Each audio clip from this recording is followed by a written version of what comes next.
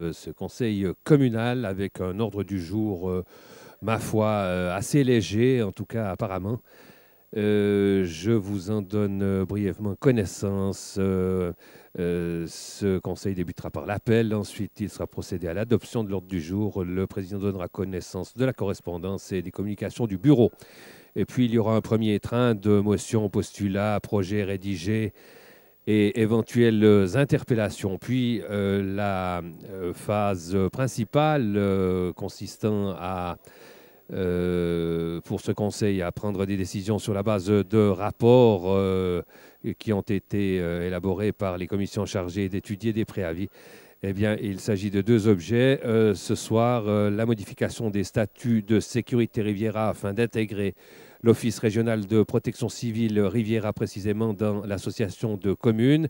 Et puis, un deuxième objet, une demande de crédit pour une participation financière au projet cantonal de mise en place d'une barrière parasuicide sur le pont de Gilamont sur la RC 743B.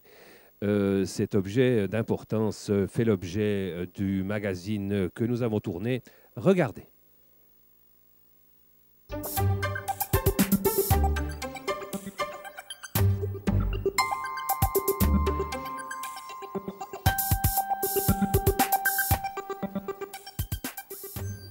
Alors, c'est une demande qui est venue de la population en réalité.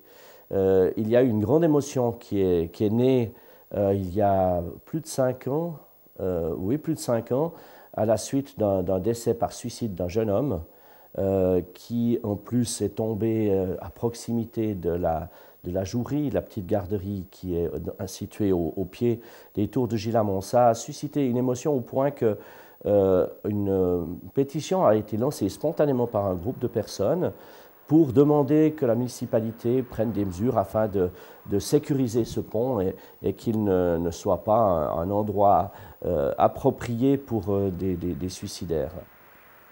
Les gens, au fait, il faut les remercier pour leur bon sens parce qu'ils signent tout de suite. C'est des choses qu'on peut dire évidentes. Sont évidentes. Et c'est ça qui me foutait les boules. C'est de voir des trucs qui sont évidents qu'on ne fait pas. Je veux dire, mettre des barrières pour pas que les gens sautent, c'est tellement évident. Je veux dire, ça fait partie de la gravité qu'on ne doit pas subir. La municipalité s'est donc inquiétée de cette situation à la suite de cette pétition et elle est allée voir sur les lieux. Naturellement, ce n'est pas un endroit où on passe forcément souvent à pied, mais c'est un endroit où on passe régulièrement à vélo. Il y a une piste cyclable qui était aménagée, en tout cas à l'époque, qui était aménagée sur les deux flancs de la route, avec au-delà de la barrière de la glissière de sécurité. Et c'est à ce moment-là qu'on s'est rendu compte, en allant sur place avec le service des routes du canton, qui est propriétaire du pont. Le pont n'est pas propriété de la commune, ni même de Corsier d'un côté ou de Saint-Légier de l'autre. C'est un pont qui appartient au canton. Et c'est à ce moment-là qu'on s'est rendu compte que même la barrière normale ne correspondait pas aux normes pour un passage à vélo. Et il était en tout cas 10 cm trop bas. Donc le canton s'est vraiment inquiété de cette problématique et l'a mis dans son plan des investissements pour les rénovations de bâtiments ou d'ouvrages d'art. Et c'est comme ça que, au fil du temps, parce que ce n'était pas une priorité une à l'époque, au fil du temps, le canton a fait des appels d'offres pour trouver une solution qui permettait de résoudre à la fois le problème de la barrière trop basse et de la trop grande facilité ou incitation au suicide.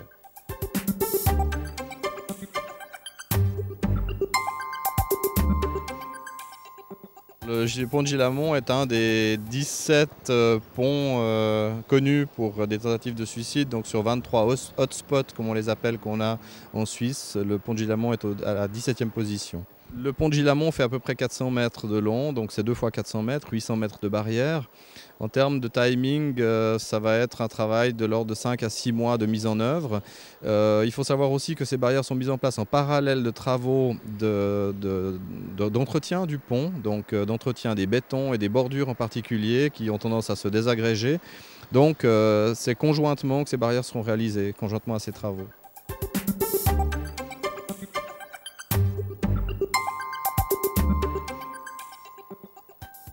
Le canton n'est pas tenu de tenir compte de ce genre de problématiques dans l'entretien du pont. Ça signifie quoi? Ça signifie qu'effectivement, ce sont les autorités locales du lieu qui sont le plus en phase avec la population locale lorsque un problème de ce genre intervient. Si bien que le canton a admis d'intégrer dans la rénovation du pont une composante parasuicide, mais il a demandé à la ville de Vevey de prendre à charge le tiers du coût de ce supplément pour la prévention anti-suicide. La ville de Vevey ne participe pas aux montants de rénovation normaux, c'est-à-dire ce qu'il était nécessaire de faire pour que la barrière latérale soit aux normes, par exemple. Ça incombe au canton. C'est pour ça que le canton prend à sa charge environ 1 400 000 francs pour cette rénovation. Et Vevey, pour sa part, prend à charge 230 000, qui est le tiers du surcoût qui provient de cette prise en compte de la problématique anti-suicide.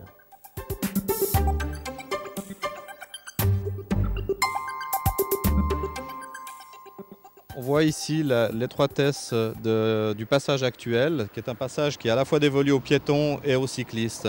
Donc notre objectif était aussi de positionner la barrière de manière à ce qu'elle élargisse visuellement cet espace, qu'il devienne plus confortable, autant pour le piéton que pour le cycliste. La hauteur, donc on voit que la hauteur actuelle est très très basse, hein, trop basse pour un piéton et encore beaucoup trop basse pour un cycliste. L'objectif est également de sécuriser, de donner un sentiment de sécurité à ces deux types d'usagers du pont.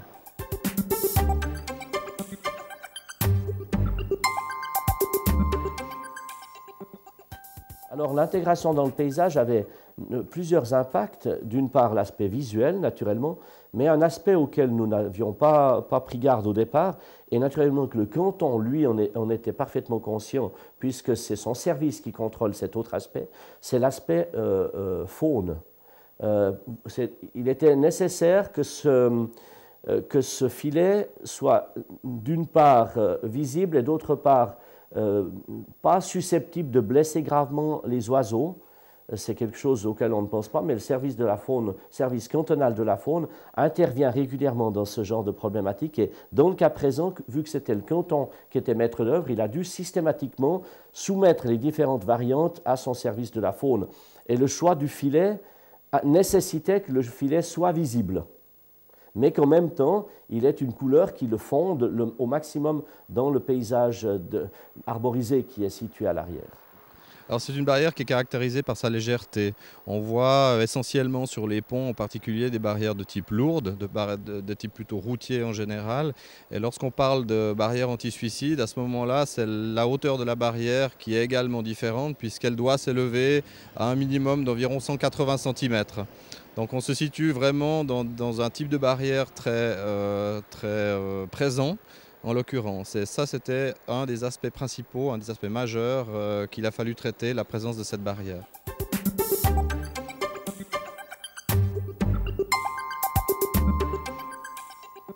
Le Grand Conseil n'aura certainement pas le temps de traiter cet objet en décembre, donc il l'aura à sa prochaine session de janvier. Ce sera normalement un objet global avec plusieurs crédits de ce type qui feront au total une somme plus importante. Généralement, ces crédits d'investissement sont bien accueillis, particulièrement maintenant vu qu'il y a une demande en matière d'investissement dans le canton.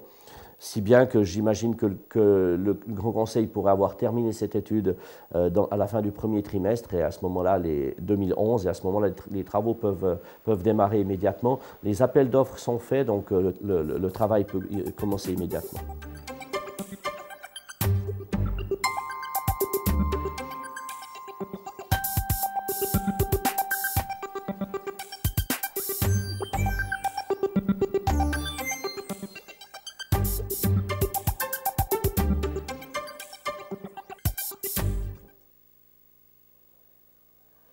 Voilà, mesdames et messieurs, nous nous retrouvons en direct de la salle du Conseil communal de Vevey pour assister à sa dernière séance de l'année 2010. C'est la 11e et dernière séance, donc, avec un ordre du jour, comme je l'ai dit tout à l'heure, apparemment assez léger, quoique, dans des cas comme ça, il y a souvent des surprises. Je reprends l'ordre du jour que j'ai commencé d'évoquer tout à l'heure, une séance du Conseil communal qui commencera normalement par l'appel, bien sûr, avec ensuite l'adoption de l'ordre du jour, la correspondance, et puis les communications du bureau du Conseil et un premier train, cas échéant, de motions, postulats, projets rédigés et interpellations. Puis, le moment fort de la soirée, c'est les décisions que le Conseil prendra sur la base de rapports de commissions qui ont étudié des préavis déposés par la municipalité. Il s'agit de deux objets. Premièrement, la modification des statuts de sécurité Riviera afin d'intégrer l'Office régional de protection civile Riviera précisément dans l'association de communes. Et puis ensuite, l'objet qui a fait l'objet de notre magazine, il s'agit d'une demande de crédit pour une participation financière, je dis bien participation financière au projet cantonal de mise en place d'une barrière parasuicide sur le pont de Gilamont. La part de Vevey s'élèvera à 236 000 francs sur 666 000 francs consacrés à l'élément précisément parasuicide, puisque le reste du crédit sera entièrement supporté par l'État. Reste du crédit qui portera sur la mise aux normes de sécurité du pont de Gilamont et précisément ou plus particulièrement de ces barrières qui sont censées protéger ou qui doivent protéger et les piétons et les cyclistes en bordure de route. Ces barrières ne remplissent plus les conditions et les normes actuelles s'agissant de leur hauteur.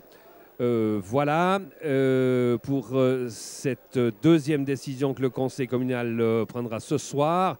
Et puis, il y aura un certain nombre de communications de la municipalité. La première, c'est une réponse à l'interpellation de M. Philippe Yost intitulée « Panorama sans vue, un oxymore ou un parking ». Il s'agit, dans le cas particulier, du problème de la signalisation de ce parking du Panorama. Signalisation dans le sens de la fixation de sa situation au centre-ville pour les gens qui viendraient de l'extérieur. Voilà. Ensuite, une autre communication concernant la rénovation des tours de Gilamont. Il s'agira de faire état de la situation financière de ce dossier qui est en cours. Et puis, une communication concernant le service du personnel et plus particulièrement le service d'information du territoire. Il s'agit là d'une information concernant l'engagement de M. Daniel Kneret en qualité d'ingénieur en géomatique et qui sera responsable du service d'information du territoire. Une autre communication concerne l'ouverture d'un compte d'attente au bilan de la ville pour financer l'étude d'une signalétique culturelle. Il s'agit là d'un montant de relativement minime importance puisqu'il s'agira d'environ 35 000 francs. Et puis une communication qui vient chaque année, c'est l'aide aux pays en voie de développement et l'aide humanitaire en cas de catastrophe, c'est l'état des dépenses et la ventilation des montants prévus au budget. Il s'agit d'un total de 60 000 francs.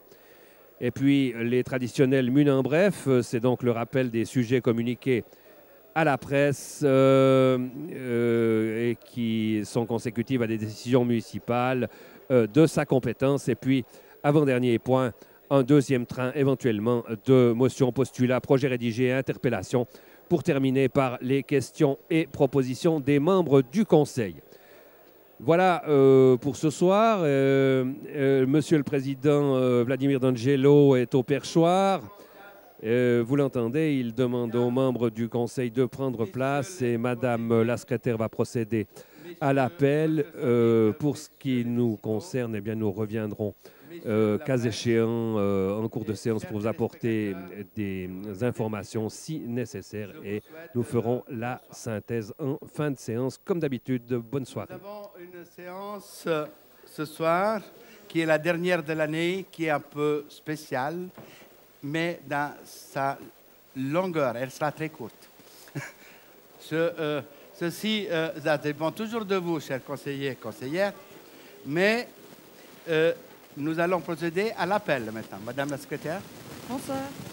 Agnon Michel. Ambrosin Grégory. Ansermet Serge. Baroumi Ocho Josette excusé. Beau Francis. Baudin Stéphane. Beaumeller David. Beau Daniel. Bernet Michel, excusé. Berchi Patrick. Boila Jean-Pierre, excusé. Bonjour Laurent, excusé. Bonjour Pierre. Bonjour Yvette. Brio Benoît. Burgui Jean-Jacques, excusé. Buty Pierre. Brambilla Edgardo. Chamba Henri. Clément Michel. Clément Pierre. Cressier Lionel. Cressier Valérie. Dalla Palmazar Sabrina. De Coster Jacques. De Stéphanis Marie-Antonia. De Stéphanis Sergio. Despot Fabienne. Détra Marie-Catherine. Bianquito Coifuele, excusé. Dorio Serge. Dutruy Gilbert, excusé. Favre Jean-François. Feuerstein Vera. Flaxion Pierre-André. Gandhi Daniel. Gavin Eric. Gito Sabrina. Gontier Alain. Goutte Sarah. Pinto Clotilde. Iggy Muriel, excusé. Unsiker Randolph. Yagi Héritier Doris. Joriman Michel. Yost Grace. Yost Philippe. Justo José. Kaiser Daniel. Carlon Laurent, excusé. Keller Béatrice. Lavanchy Christiane. Lisboa Manuel. Maldonado Georges. Marchesi Jean-Yves. Marinelli Roger, excusé. Marinelli Vittorio. Martin Jean-François. Mathis Vincent. Meyer Jean-Claude. Molia Pascal. Molia Stéphane. Monnier Anne-Marie. Mpirva Sylvestre. Murisier Camille, excusé. Narbel Jean-Pierre. Nérou Roger. Nicolier Pascal, excusé. Hogue Christiane, excusé. Hogue Eric. Pali Musa.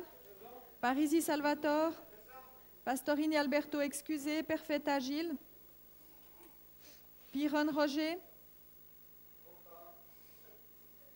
Puera Martins Antonio.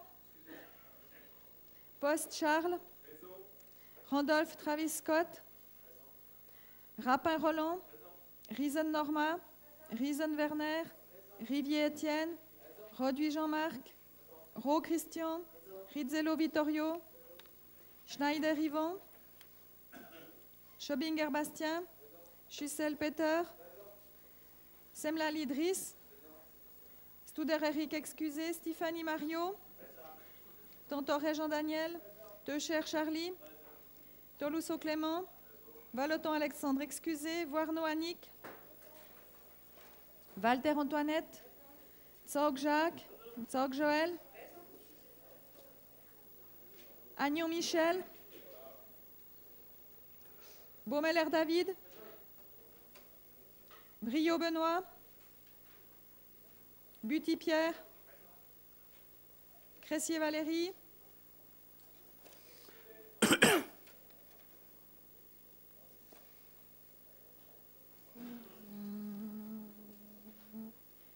Mathis Vincent.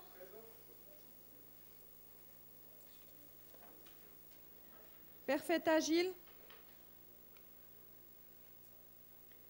Schneider Yvon. Il y a encore. Oui. Merci beaucoup. Merci. Nous avons dépassé largement le quorum, donc notre soirée peut statuer légalement. L'adoption de l'ordre du jour. J'ai une modification à vous proposer, chers conseillers. Aussi pour vous, j'ai une modification. Merci.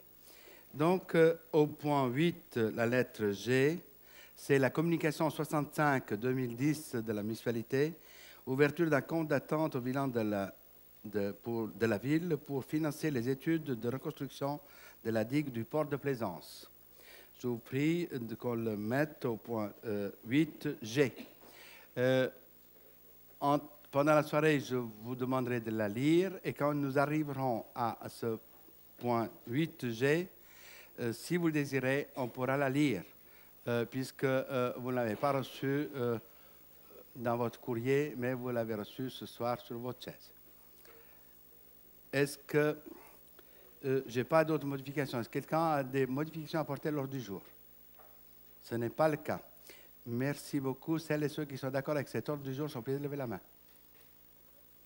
Merci beaucoup. Contre? Abstention? Il n'y en a pas à l'unanimité. Je vous remercie. Correspondance. Écoutez, j'ai reçu une lettre. Je reçois chaque année une lettre qui me fait plaisir d'un conseillère vers les fêtes de fin d'année. Et cette année, j'ai pris la liberté de vous lire une de ces lettres de Noël que je reçois régulièrement. Noël recomposé. Combien de Noël allons-nous fêter cette année, se demande maman. Devant ce calendrier de l'Avent, comment allez-nous nous organiser pour ne personne déranger, fâcher ou oublier, et quand Noël est un lundi, c'est encore plus compliqué. La dinde achetée le vendredi tiendra-t-elle jusqu'au jour J? Pour fêter Noël, aujourd'hui, il faut être magicien. Fée ou devin, pense maman devant l'album de famille. Je ne peux inviter grand-papa, Loulou, avec sa grand-maman Lily, ils sont séparés. Si j'invite tante Cathy, je ne peux inviter mamie, elles sont brouillées depuis des années. Si j'invite les enfants de mon ex-mari, je ne peux inviter Paul et Louis, les enfants de mon conjoint d'aujourd'hui, sans compter que ma belle-mère ne parle plus à l'oncle Henri. Pour réussir Noël aujourd'hui, il faut être fée, magicienne ou roi. Pense maman en renfermant son agenda. Pour se consoler en attendant, elle prépare la couronne de l'Avent. C'est en fixant les 4 bougies dorées dans le sapin fraîchement tressé, qui sent encore la forêt, que lui vient une idée. Et si cette année, on fêtait Noël autrement, se demande maman. Si j'organisais une journée de fête, porte ouverte, un repas de Noël sans dinde au marron, saumon, foie gras ou chapon. Chacun sera invité à venir fêter avec son plat préféré. Pas de menu affiché, ni de place réservée, pas d'horaire fixé. Le 25 décembre matin, midi, ainsi que la soirée, ce serait un jour de fêter à partager entre parents, enfants, amis ou familiers. Une fête réservée à ceux qui ont envie de paix, de tolérance et d'amour à partager. Tenu souhaiter la simplicité. Pour les cadeaux, il lui vient une autre idée. Ils seront numérotés et tirés au sort. Ainsi, chacun pourra l'offrir ou l'emporter. Et maman se mit à rire en pensant à grand-maman Lily, qui reçoit la cravate à pois de grand-papa Loulou. Oui, Noël cette année sera une journée gaie, pleine de surprises et de joie à partager. C'est décidé. Un Noël autrement, recomposé, différent. Et Jésus, faudra pas l'oublier, dit la petite Sophie qui caresse son lapin dans un coin et qui a tout entendu. La maîtresse nous a dit que Noël, c'était sa fête à lui. Mais oui, répond maman, en allumant la première bougie de l'Avent. Porte ouverte, c'est aussi pour lui. Cette poésie, nous la devons à notre conseillère communale, Madame Doris Yagui-Riche. Je vous demande de l'applaudir.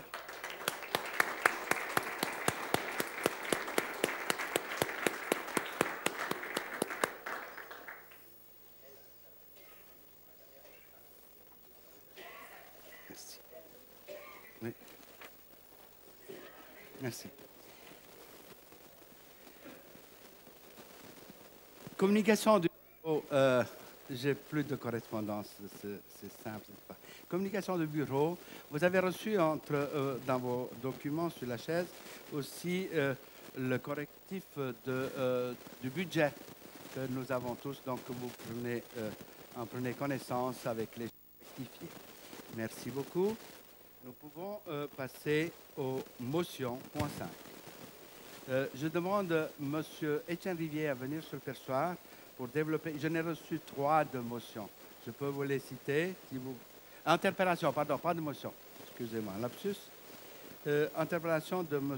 Étienne Rivier, une interpellation de M. Éric Hoguet et une interpellation de M. Serge Doriot.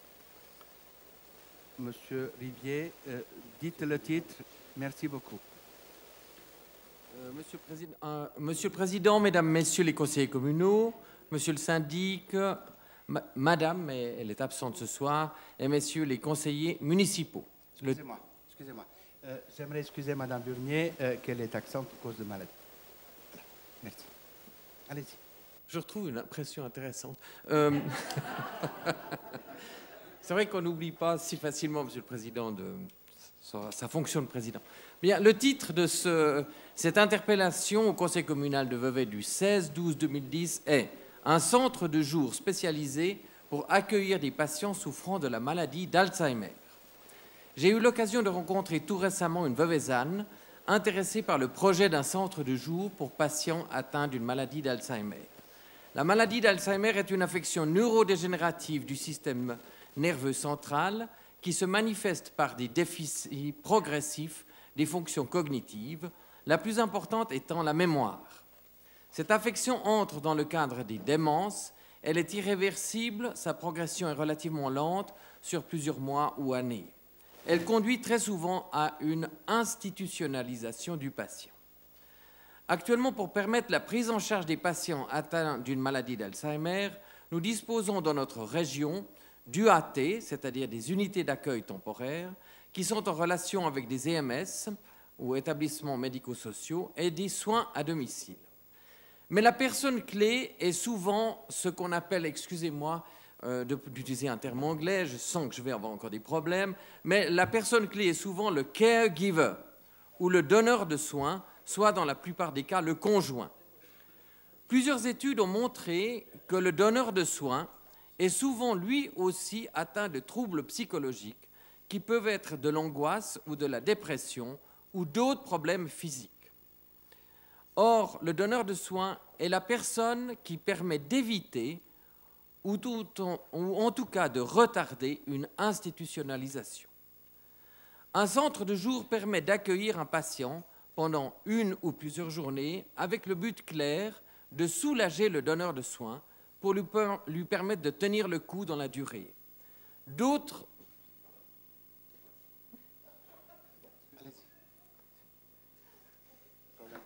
J'entends. C'est une distraction, ça me perturbe. Mais si, ça me perturbe. Vous voyez, je suis perturbé maintenant. Alors, terminons. Continuez seulement. Mais non, c'est très difficile. Voilà, c'est une concurrence déloyale, vous comprenez. Bon, je recommence. Non.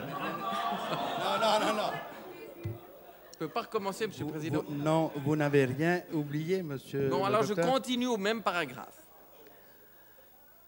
Un centre de jour permet d'accueillir un patient pendant une ou plusieurs journées avec le but clair de soulager le donneur de soins pour lui permettre de tenir le coup dans la durée. D'autres objectifs sont également envisagés, mais je ne souhaite pas les détailler maintenant, faute de temps.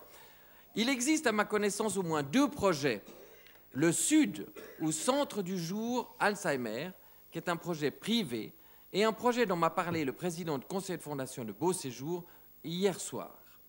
Il est cependant indéniable qu'un tel projet doit impliquer d'autres partenaires, les médecins traitants, le futur centre de la mémoire qui est souhaité par le département de santé publique et d'action communautaire qui s'installera dans notre région, l'ASCOR et les soins à domicile et les UAT de notre région.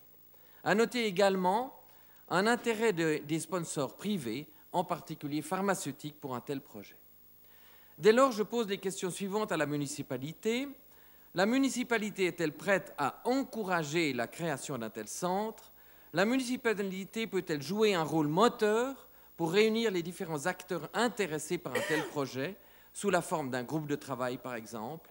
Et quel engagement financier la municipalité serait-elle à envisager pour le financement d'un tel projet? Je remercie la municipalité de sa réponse écrite et je m'excuse auprès de la municipalité d'avoir pas eu le temps de lui donner à l'avance ce texte. Pardon? Oui, oui, oui, je sais, c'est un vitz classique, merci. Bien, merci beaucoup. Y a-t-il dans la salle 4 autres conseillers qui soutiennent? Merci beaucoup. Plus que... Levez pas tous. Merci. Du moment que monsieur Etienne Rivier vous demandez une réponse écrite, je crois qu'on peut le transmettre à la municipalité. Et puis on fera le débat la prochaine fois. Une information. Allez-y, M. Mathis, vous avez la parole. Monsieur le Président, Mesdames, Messieurs, juste une information en tant que représentant de l'association fêtière qui chapeaute toutes les institutions de soins de la région. Je peux vous dire qu'il y a déjà un centre d'accueil géré par l'EMS, le Home Salem, à la cité du Geneuvrier, pour la prise en charge justement de personnes souffrant de la maladie d'Alzheimer et de maladies apparentées, avec un comité de pilotage qui regroupe des représentants des principales institutions de soins de la région. Donc je transmettrai toute l'information, bien évidemment, à la municipalité pour qu'elle puisse répondre. Sachez qu'il y a eu, ces derniers jours encore, un article d'une page dans le journal La 24 heures, je crois que c'était la semaine passée. Donc ce centre pour les personnes atteintes de la maladie d'Alzheimer existe. Il est géré par l'IMS, le Home Salem. C'est M. Salina qui est le directeur. Et il se trouve à la cité du Geneuvrier. Il accueille des personnes Alzheimer pour la journée et il offre également un soutien aux proches, de concert avec Alzheimer Vaud et le groupe Alzheimer de la région. Merci, M. Mathis. Vous transmettez ces informations à la municipalité. Monsieur le syndic. Nous répondrons naturellement par écrit, comme l'a demandé M. Rivier, parce que c'est un sujet touffu, donc il est important de bien peser les différentes informations. Je remercie M. Mathis, qui est effectivement en position de nous fournir les informations. Ce que je peux dire à M. Rivier, c'est que la municipalité a été sollicitée il y a déjà un peu plus d'une année de soutenir la création d'un tel centre. Et comme nous savions que le canton avait l'intention de créer un réseau de centres sur l'ensemble du canton, nous ne nous sommes pas précipités dans cette opération, d'autant plus que si on avait précédé la musique, c'est en fait la ville de Vevey qui aurait dû financer assez lourdement cette structure. Et comme l'a dit M. Mathis, nous sommes dans la région considérée comme une des régions qui dispose déjà d'un centre Alzheimer. Alors ça ne veut pas dire qu'il n'y aura pas d'autres possibilités. Mais quand le canton fait son tableau des régions, nous sommes une région où en principe il y en a déjà un. Merci. Merci, M. Syndic. Merci beaucoup. Merci, M. Rivier. Merci. J'appelle M. Rick Auguet au perchoir pour son interpellation vente de vin chaud à la foire de la Saint-Martin.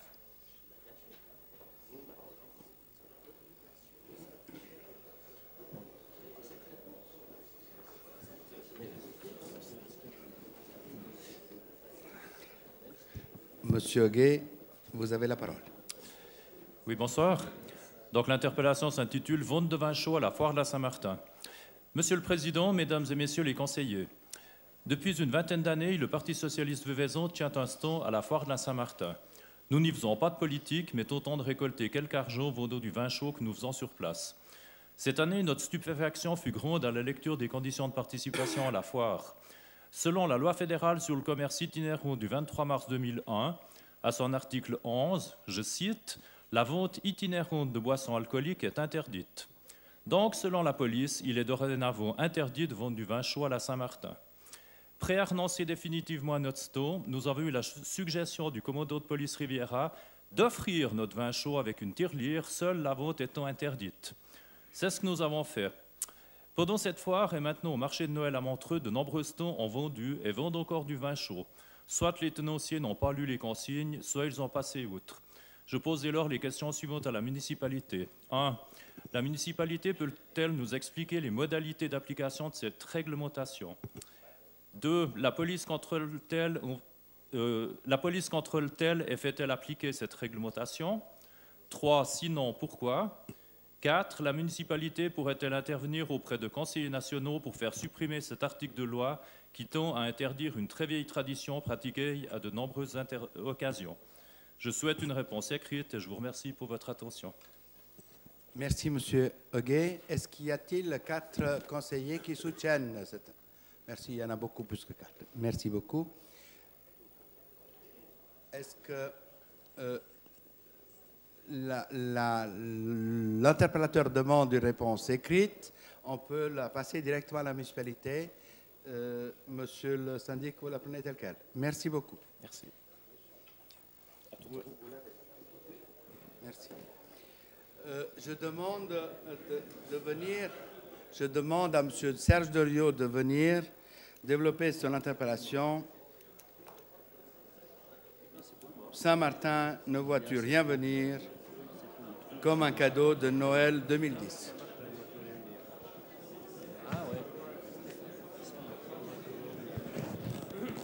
S'il vous plaît, c'est une question de vue. Non, de point de vue. S'il vous plaît, merci. Monsieur Doriot, vous avez la parole.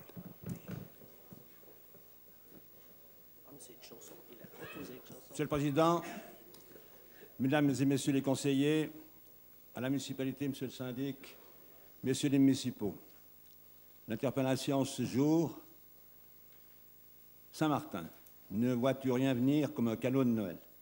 Et pour vous dire que aujourd'hui, avec cette interpellation, il y a un peu d'humour, parce que c'est aussi la fête de Noël et du Nouvel An. La mise en bouche. La chanson Veuvezanne a dans son répertoire 2 œuvres difficiles qu'elle chante avec brio à Vevey et à l'extérieur lors de grandes manifestations et encore en cette fin d'année. Les titres, Le lion est mort ce soir et Le lion et le rat. Pour l'an prochain, 2 œuvres supplémentaires et une nouvelle seraient à son programme. Le lion n'est pas mort, le lion et le mât. Au menu, lors du dernier conseil, le 9 décembre 2010, le conseil a refusé à une très courte majorité et avec beaucoup d'abstention le crédit municipal supplémentaire de 45 000 francs, crédit qui peut être compétence municipale pour finaliser le préavis numéro 06-2008 pour la construction du mât. Nous sommes dans un délai référendaire. L'immédiat parle d'épilogue, non, c'est une erreur. L'article 7 du règlement de notre Conseil protège tout élu. La Commission des finances n'est pas opposée à la construction du mât. Voir le rapport 27-2010 en page 4. Durant cette semaine, téléphone, email, conversations diverses et aussi avec les clergés furent positives. La synthèse, en ce lieu dit, Saint-Martin, la population veut voir flotter les drapeaux aux dates officielles. Je pose les questions suivantes à la municipalité. La somme de 116 000 francs, préavis 27-2010, en page 8, fin de page, au compte 841 31 41.31, est-elle à disposition pour la construction du mât? 2. Pourquoi la somme de 45 000 francs n'a pas été de compétence municipale, comme les 41 000 francs pour l'abri à vélo, voire la communication 657-2010, abri qui sera détruit après la nouvelle réalisation de l'aménagement de la place de la gare. Le concept technique et la maquette, comme envisagé, peuvent-ils être consultés de visu? 4. Sur proposition d'un conseiller ici dans la salle, pourrait-on créer pour cet objet, que pour cet objet, une commission technique apolitique pour l'étude de la réalisation du mât avec les deniers de 116 000 francs de la commune? Dans le conseil, il y a ici 4 ingénieurs, constructeurs, mécaniciens et structures, et électriciens. 5. Un sponsoring pourrait être envisagé. Et 6. La municipalité a-t-elle encore la volonté de suivre ce dossier et de faire réaliser son préavis 06-2008? En conclusion, la population veuvezanne veut voir flotter les drapeaux. Je remercie par avance la municipalité pour une réponse écrite. Pour le premier conseil de l'an nouveau, je reste à votre disposition. Je vous remercie de votre attention. Et comme dessert, le lion n'est pas mort. Je signe le lion et le mât, Serge Doriot, conseiller communal, ancien président du conseil communal en 2006. Je vous souhaite une bonne année. Merci, Monsieur Doriot, ancien président de ce conseil, néanmoins interpellateur pour ce soir. Y a-t-il 4 autres conseillers qui soutiennent sa demande de réponse écrite? Merci beaucoup. Voilà, on va le transmettre à la municipalité. Est-ce que Monsieur le municipal veut dire quelque chose? Merci. Oui, merci, Monsieur le Président. Mesdames et Messieurs les conseillers communaux, je vais répondre à ces questions. D'abord, est-ce que... oui, mais je peux y répondre par oral, puis peut-être que si... On prolonge une synthèse, parce que sinon la réponse écrite sera suffisante. Une synthèse, s'il vous plaît, Monsieur le municipal. Écoutez, est-ce que vous souhaitez que je... On souhaite une... Non. Est-ce qu'il est possible S'il de vous plaît, répondre aux questions qui sont posées? on vous demande une synthèse, puisque le règlement dit... Mais je vais être très bref, je vais répondre voilà, aux questions. allez-y, la parole vous est accordée. Voilà. La première chose, effectivement, il reste les 90 000 francs plus un montant budget, mais c'est vrai qu'il faut y en déduire ce qui a été dépensé pour démonter le mât et puis pour sécuriser les lieux. C'est de l'ordre, ça doit être l'ordre de 20 000 francs de mémoire. La deuxième question, pourquoi est-ce que la municipalité n'a pas utilisé sa compétence? Parce qu'elle estimait que c'était un saucissonnage. Par ailleurs, la question qu'on pourrait se poser, parce qu'elle n'a pas été posée, est-ce que la municipalité est favorable au projet? On n'a même pas eu la question à se poser quand on a mis ça au budget et quand on y est venu avec ce crédit, parce que simplement on voulait venir devant vous, puisqu'on, je vous l'ai dit, ce que le conseil municipal a fait, il le maintient ou il le défait, c'est sa responsabilité, c'est vous qui avez pris cette décision. De toute façon, nous serions revenus devant vous. Donc la question municipalité ne s'est même pas posée. Sur le fond, nous étions favorables à cette dépense. Je crois que ce n'est un secret pour personne. Personnellement, à ce prix-là, je n'étais pas favorable, mais j'ai respecté le vœu du conseil communal qui souhaitait pouvoir se prononcer sur cette question. La question numéro 3, le concept technique et la maquette peuvent-elles consulter le concept technique? Oui, bien sûr. La maquette, il n'existe pas de maquette. Question 4, est-ce qu'on pourrait créer une commission pour ceci? Je veux dire, s'il y avait une possibilité de réaliser ce mât pour 116 000 francs, comme je l'ai déjà dit, ça se saurait. Il y a eu tellement de battages là autour que s'il y avait une entreprise qui était capable de le faire, eh bien, elle le proposerait. Alors, on pourrait faire un mât évidemment plus petit, avec un drapeau plus petit, mais ce n'est pas ce que le conseil communal a souhaité. 5, est-ce qu'il pourrait y avoir un sponsoring? Oui, bien sûr. Alors ça, ce serait la solution. Ça pourrait effectivement peut-être changer le point de vue du conseil communal, mais encore une fois, ça a été votre décision. Et puis 6, pour le moment, la question, pour moi, elle est abandonnée. Et si effectivement, il y a une source de financement différente, eh ben, effectivement, on pourrait revenir avec une proposition qui pourrait éventuellement avoir l'aval du conseil. Merci, Monsieur Christen. Vous voulez rajouter quelque chose? Non. Vous avez déjà donné le document signé. Merci beaucoup. La discussion n'est plus demandée. Merci. On passe au suivant. Au revoir. Oui.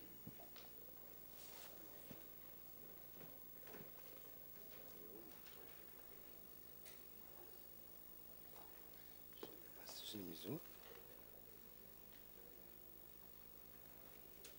J'ai perdu.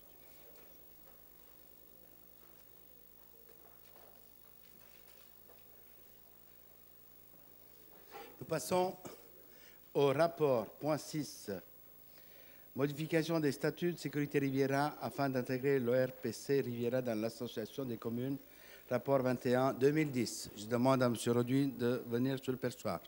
Merci.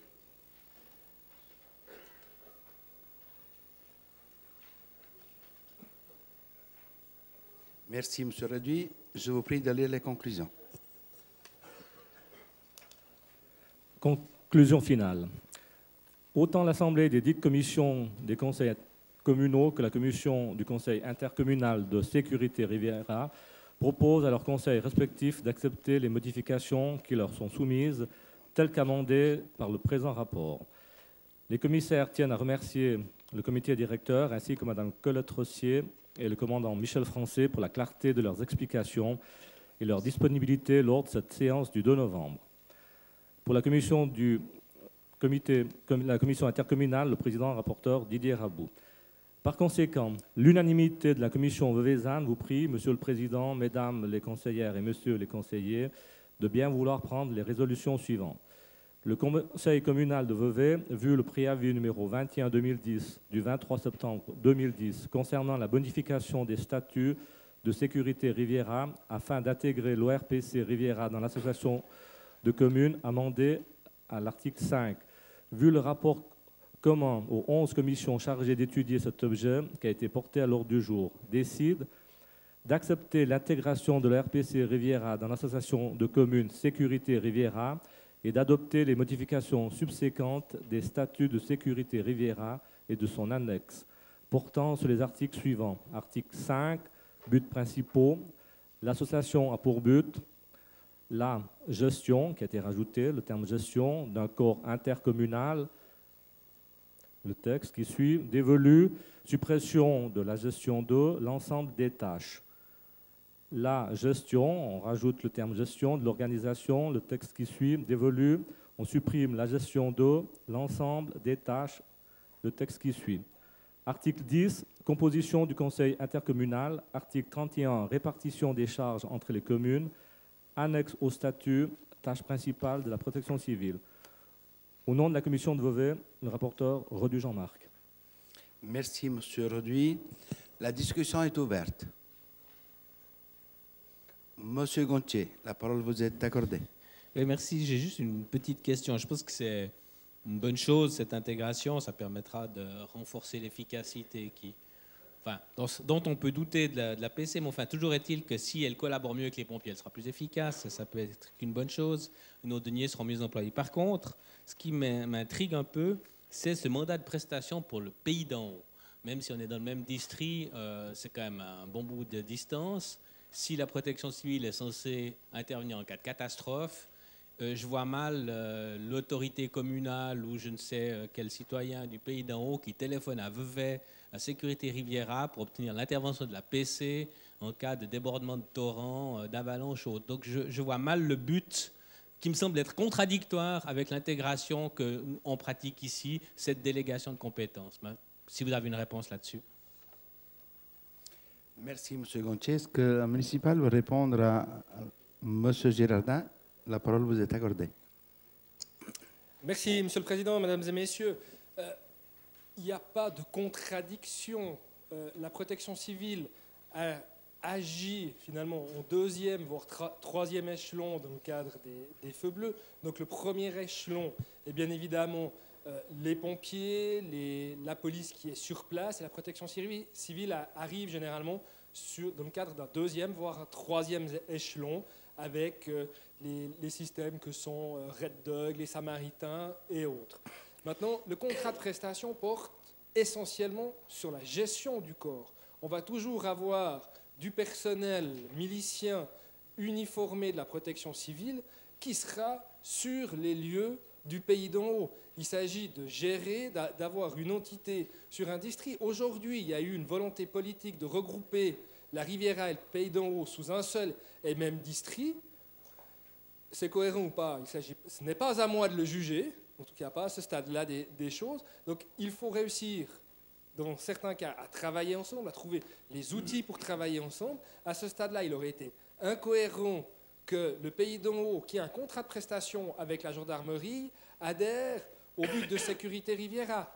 Par contre, en termes de protection civile, en plus, on s'inscrit complètement dans le cadre de la réforme cantonale de la protection civile qui cherche à avoir une vision, je dirais, sur les districts de cette gestion-là. Donc, on va de l'avant, on prépare finalement le futur au niveau cantonal. De cette manière-là, on a réellement une efficacité qui se met en place et une efficience tout à fait claire en termes de gestion, mais en termes opérationnels. Le personnel qui est aujourd'hui engagé par la protection civile du pays d'en haut est toujours opérationnel et a toujours ses moyens. Merci, Monsieur le municipal. Y a-t-il d'autres questions dans la salle? Ce n'est pas le cas. La parole n'étant plus demandée, nous passons au vote. Celles et ceux qui sont d'accord de voter le rapport tel que présenté sont priés de lever la main. Ceux qui sont contre, il n'y en a pas. Abstention, il n'y en a pas. Rapport accepté à l'unanimité. Merci, M. Roduit.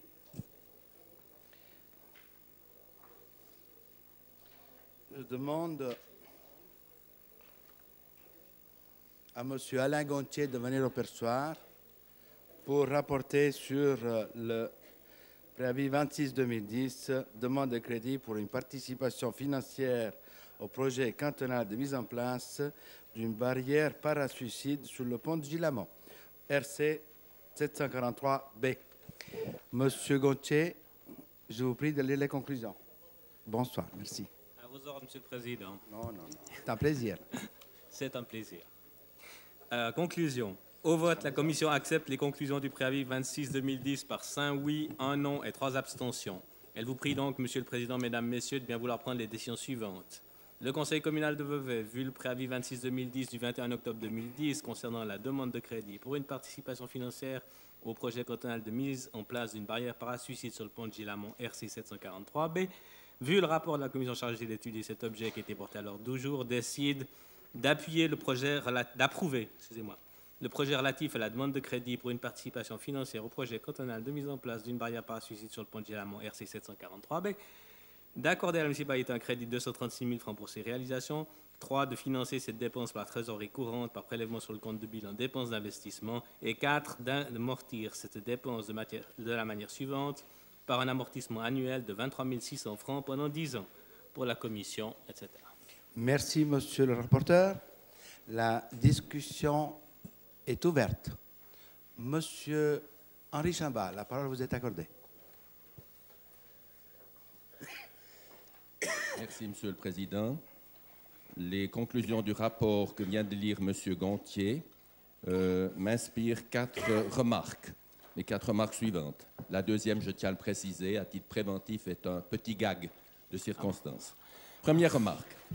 Il me semble déceler une contradiction entre le regret d'un conseiller de ne pas avoir le choix entre plusieurs solutions et l'affirmation figurant à la page 1 du rapport, assertion selon laquelle 8 ou 9 autres propositions auraient été étudiées avant d'arriver au projet que nous sommes chargés d'étudier. Votre serviteur attend donc de la municipalité ou des commissaires des informations complémentaires à ce sujet. Deuxième remarque.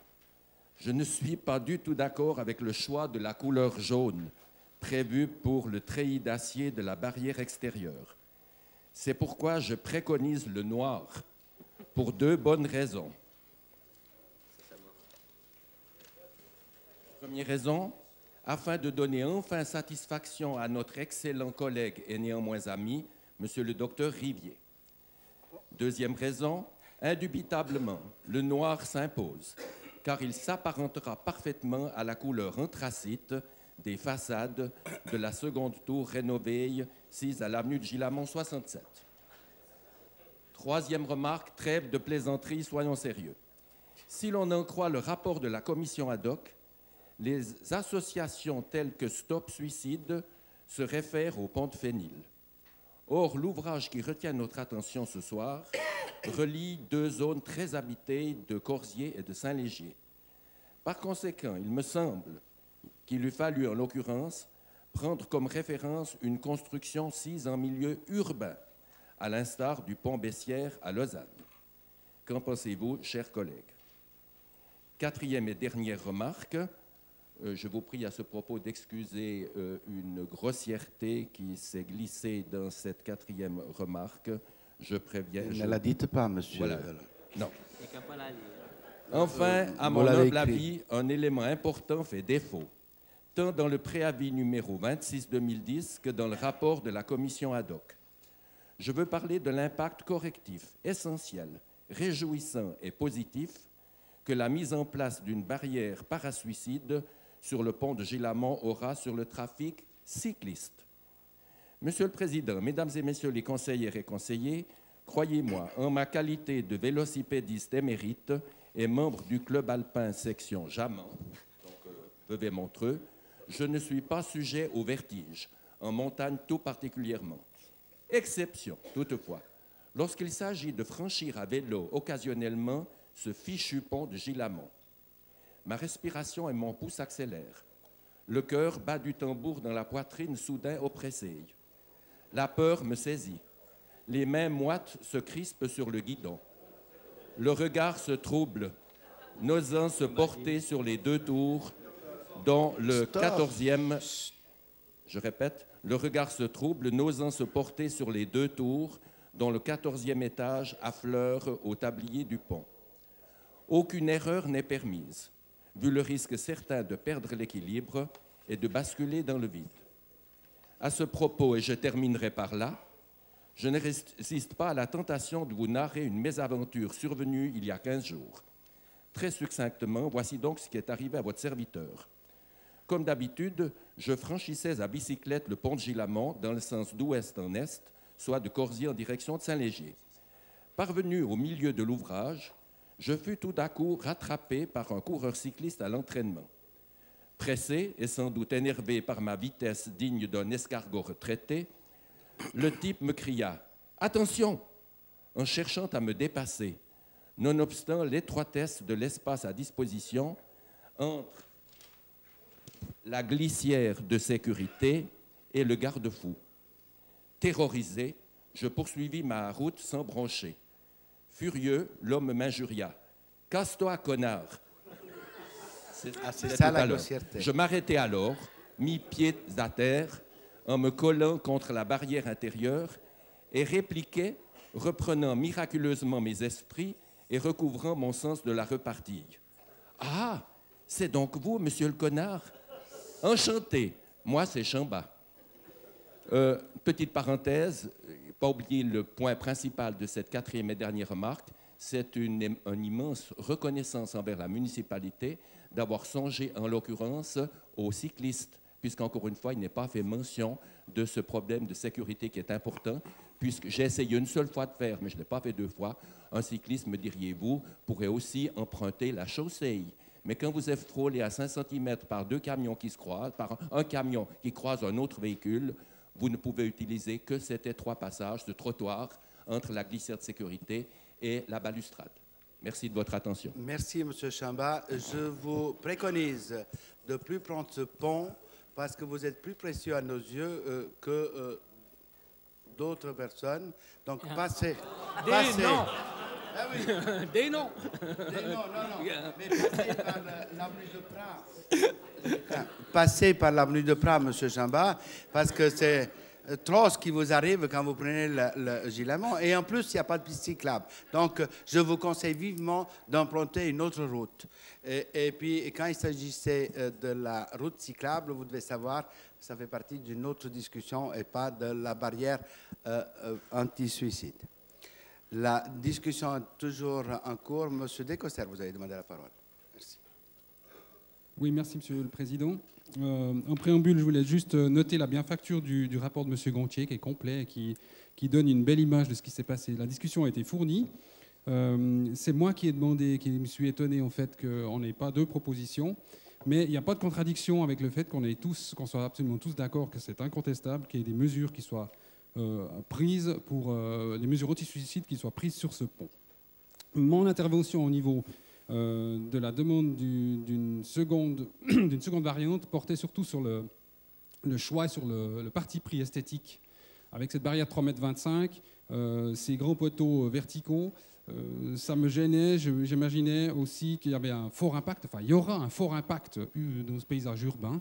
Et puis, il aurait été souhaitable que la municipalité mette en opposition 2 projets pour qu'on puisse avoir le choix. En l'occurrence, c'est un mandataire qui a été choisi, qui a fait effectivement 9 variantes. Le travail a été fait de manière complète, ça on peut le dire. Et c'est pour ceci que je souhaitais simplement intervenir en disant qu'il était regrettable qu'on n'ait pas 2 variantes et que je m'abstenais au niveau du vote. Merci. Merci. Madame Despot, la parole vous est accordée. Merci. Merci beaucoup, Monsieur le Président. Mesdames et Messieurs les municipaux, je ne suis pas sûre que ce soit un sujet qui porte vraiment à faire de l'humour parce qu'il est quand même assez délicat. Je salue d'une part le souci de la municipalité d'avoir répondu aux attentes des initiants. Je salue la recherche d'une solution esthétique. On voit que visiblement il y a des efforts qui ont été faits. Mais je ne suis pas sûre qu'il soit incontestable de proposer une telle solution. Je ne suis pas du tout insensible au fait qu'il y ait des gens qui se jettent en bas des ponts. J'ai pour ma part un proche qui s'est retrouvé en mauvais état sous le pont du Fenil. Mais je me demande s'il y a vraiment un sens à investir ces 660 000 francs sur un pont qui finalement ne va que repousser le problème. Je pense aux gens qui se diront, puisque je n'ai pas pu sauter du pont du Fenil, je vais prendre Giamont. Puisque je ne peux pas sauter de Giamont, je vais prendre le pont sur l'autoroute à Chardonne. Et si le pont sur l'autoroute à Chardonne est également entouré de barrières, j'en trouverai bien un autre. Donc est-ce que vraiment on a repoussé le problème en faisant cet investissement? Il me semble finalement que le souci premier était plutôt de la part des initiants, le fait qu'il y avait des enfants qui jouaient sous ce pont et qu'évidemment on a envie de les éloigner du choc que peut provoquer la vue d'une personne qui se jette du pont.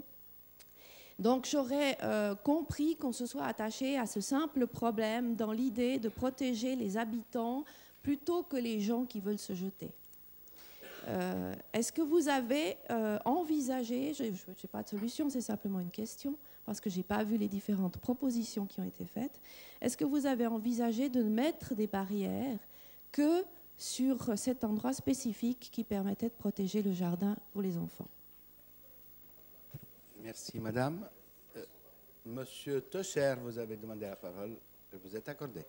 Monsieur le Président, chers collègues, c'est dommage que ni Mme Despote ni M. Chambard étaient à la commission parce que toutes les questions qui ont été posées là dans ces deux demandes ont été évoquées lors de la commission. Le projet qui a été retenu est un excellent projet. La couleur jaune convient tout à fait. Tous ceux qui sont passés voir, qui ont pris la peine d'aller voir au bout du pont les quelques mètres de grillage jaune seront d'accord pour même étonnés de voir la transparence, sitôt qu'on prend un petit peu de recul, que donne cette couleur jaune qui s'intègre tout à fait d'un côté ou d'un autre, qu'on le regarde dans un sens ou dans l'autre. C'est la couleur qui convient. Il semble que le jaune, c'est une couleur tout à fait adéquate pour ce genre de travaux. Et je regrette que M. Chambard ne se soit pas encordé pour traverser le pont en vélo. Comme ça, il nous aurait fait gagner au moins 5 minutes. Merci, monsieur. Merci, monsieur Tocher. Madame Warno, la parole vous est accordée. Après, monsieur Berti. Monsieur le Président, Mesdames et Messieurs, pour appuyer ce qu'a dit mon collègue Charlie Tocher, donc j'étais également membre de cette commission. En ce qui concerne la barrière de treillis, ce qu'on peut dire, c'est que c'est vraiment la solution, d'après ce que nous a expliqué très clairement et de manière très intéressante M. Novello, c'est vraiment la solution qui permet d'ériger une barrière la plus haute possible, donc la plus dissuasive en matière de prévention du suicide. Donc c'est aussi une solution qui a peu d'impact sur le paysage, comme vous pouvez le voir sur les photos qui ont été mises en annexe du rapport. C'est une solution qui est légère au niveau visuel et qui a peu d'impact au niveau du paysage. Donc voilà pour ce qui est de répondre aux arguments de M. De Coster. Et en ce qui concerne des arguments de Mme Despote, on sait que les suicides sont souvent des actes impulsifs et spontanés. Donc, c'est-à-dire rien que le fait, d'empêcher un acte suicidaire à un endroit particulier permet à la personne de réfléchir et puis peut-être de sortir de ce moment où elle souhaite se suicider. Donc, vraiment, pour aller contre ces suicides impulsifs, c'est une bonne mesure. Donc ça vaut la peine, je pense que ça vaut vraiment la peine d'investir cet argent pour prévenir les suicides, bien sûr aussi pour les habitants qui habitent en dessous du pont, mais également pour les personnes qui souhaiteraient passer à l'acte. Voilà. Voilà, je crois que c'est tout. Merci, donc moi, je vous madame. invite. Donc il y a eu de nombreuses questions, il y a eu de nombreuses réponses. Donc ce projet est un projet de qualité. Donc moi, je vous invite à vraiment soutenir ce projet. Voilà. Merci, madame Warno. Avant de vous passer la parole, monsieur le syndic, je reste dans la salle une seconde. Et après monsieur Berti, vous aurez la parole. Monsieur Berti, la parole vous est accordée. Oui, merci, monsieur le Président, monsieur le syndic, messieurs les municipaux. Je voulais tout d'abord remercier monsieur Tocher pour ses propos. On voit qu'il est un fin diplomate concernant les propos de M. Chamba. Quant à sa manière de voir le rôle du conseil communal, je ne la partage absolument pas. Si seuls les membres qui vont aux commissions ont le droit de s'exprimer, autant supprimer le conseil communal, voter en séance de commission, et ça ira beaucoup plus vite. Si vous êtes pressé, faites autre chose, venez plus au conseil communal. Merci. J'ai une demande urgente de rapporteur avant le syndic. Urgente. Monsieur le rapporteur, vous avez la parole. Merci. Merci, Monsieur le Président. Juste 2-3 compléments à ce qui a été dit. Concernant le fait de ne pas avoir le choix, je crois que c'est expliqué rapidement dans le rapport. En fait, il n'y a pas eu plusieurs hypothèses qui ont été étudiées. Il y a eu plusieurs projets, mais ils ont tous convergé vers cette solution-là. Il n'y a pas eu une voie où il y avait différentes barrières de différentes hauteurs, de différentes couleurs, etc. Puis une voie, par exemple, qui disait on met des filets. Il n'y a pas eu deux choses opposées. Les seules choses qui auraient pu y avoir, c'était des variantes de cette solution-là. Et puis là, c'est vraiment de l'esthétique. Est-ce que la couleur jaune, bon, elle apparaît relativement correcte, elle est apparue aux yeux de la commission relativement correcte, mais évidemment, peut-être que dans 6 mois ou dans une année, on trouvera que c'était pas terrible. Mais ça, c'est les goûts et les couleurs, et c'est effectivement extrêmement difficile. Deuxième chose, si ni le rapport ni le préavis ne parlent des cyclistes, c'est pas qu'on n'en a pas parlé. Effectivement, il s'agissait de sécuriser ce pont tant à l'égard des piétons que des cyclistes. Mais ça, c'est l'affaire du canton. C'est ce que doit, quoi qu'il en soit, faire le canton, puisque la barrière n'est pas conforme. Ils doivent de toute façon la monter à 1,30 m.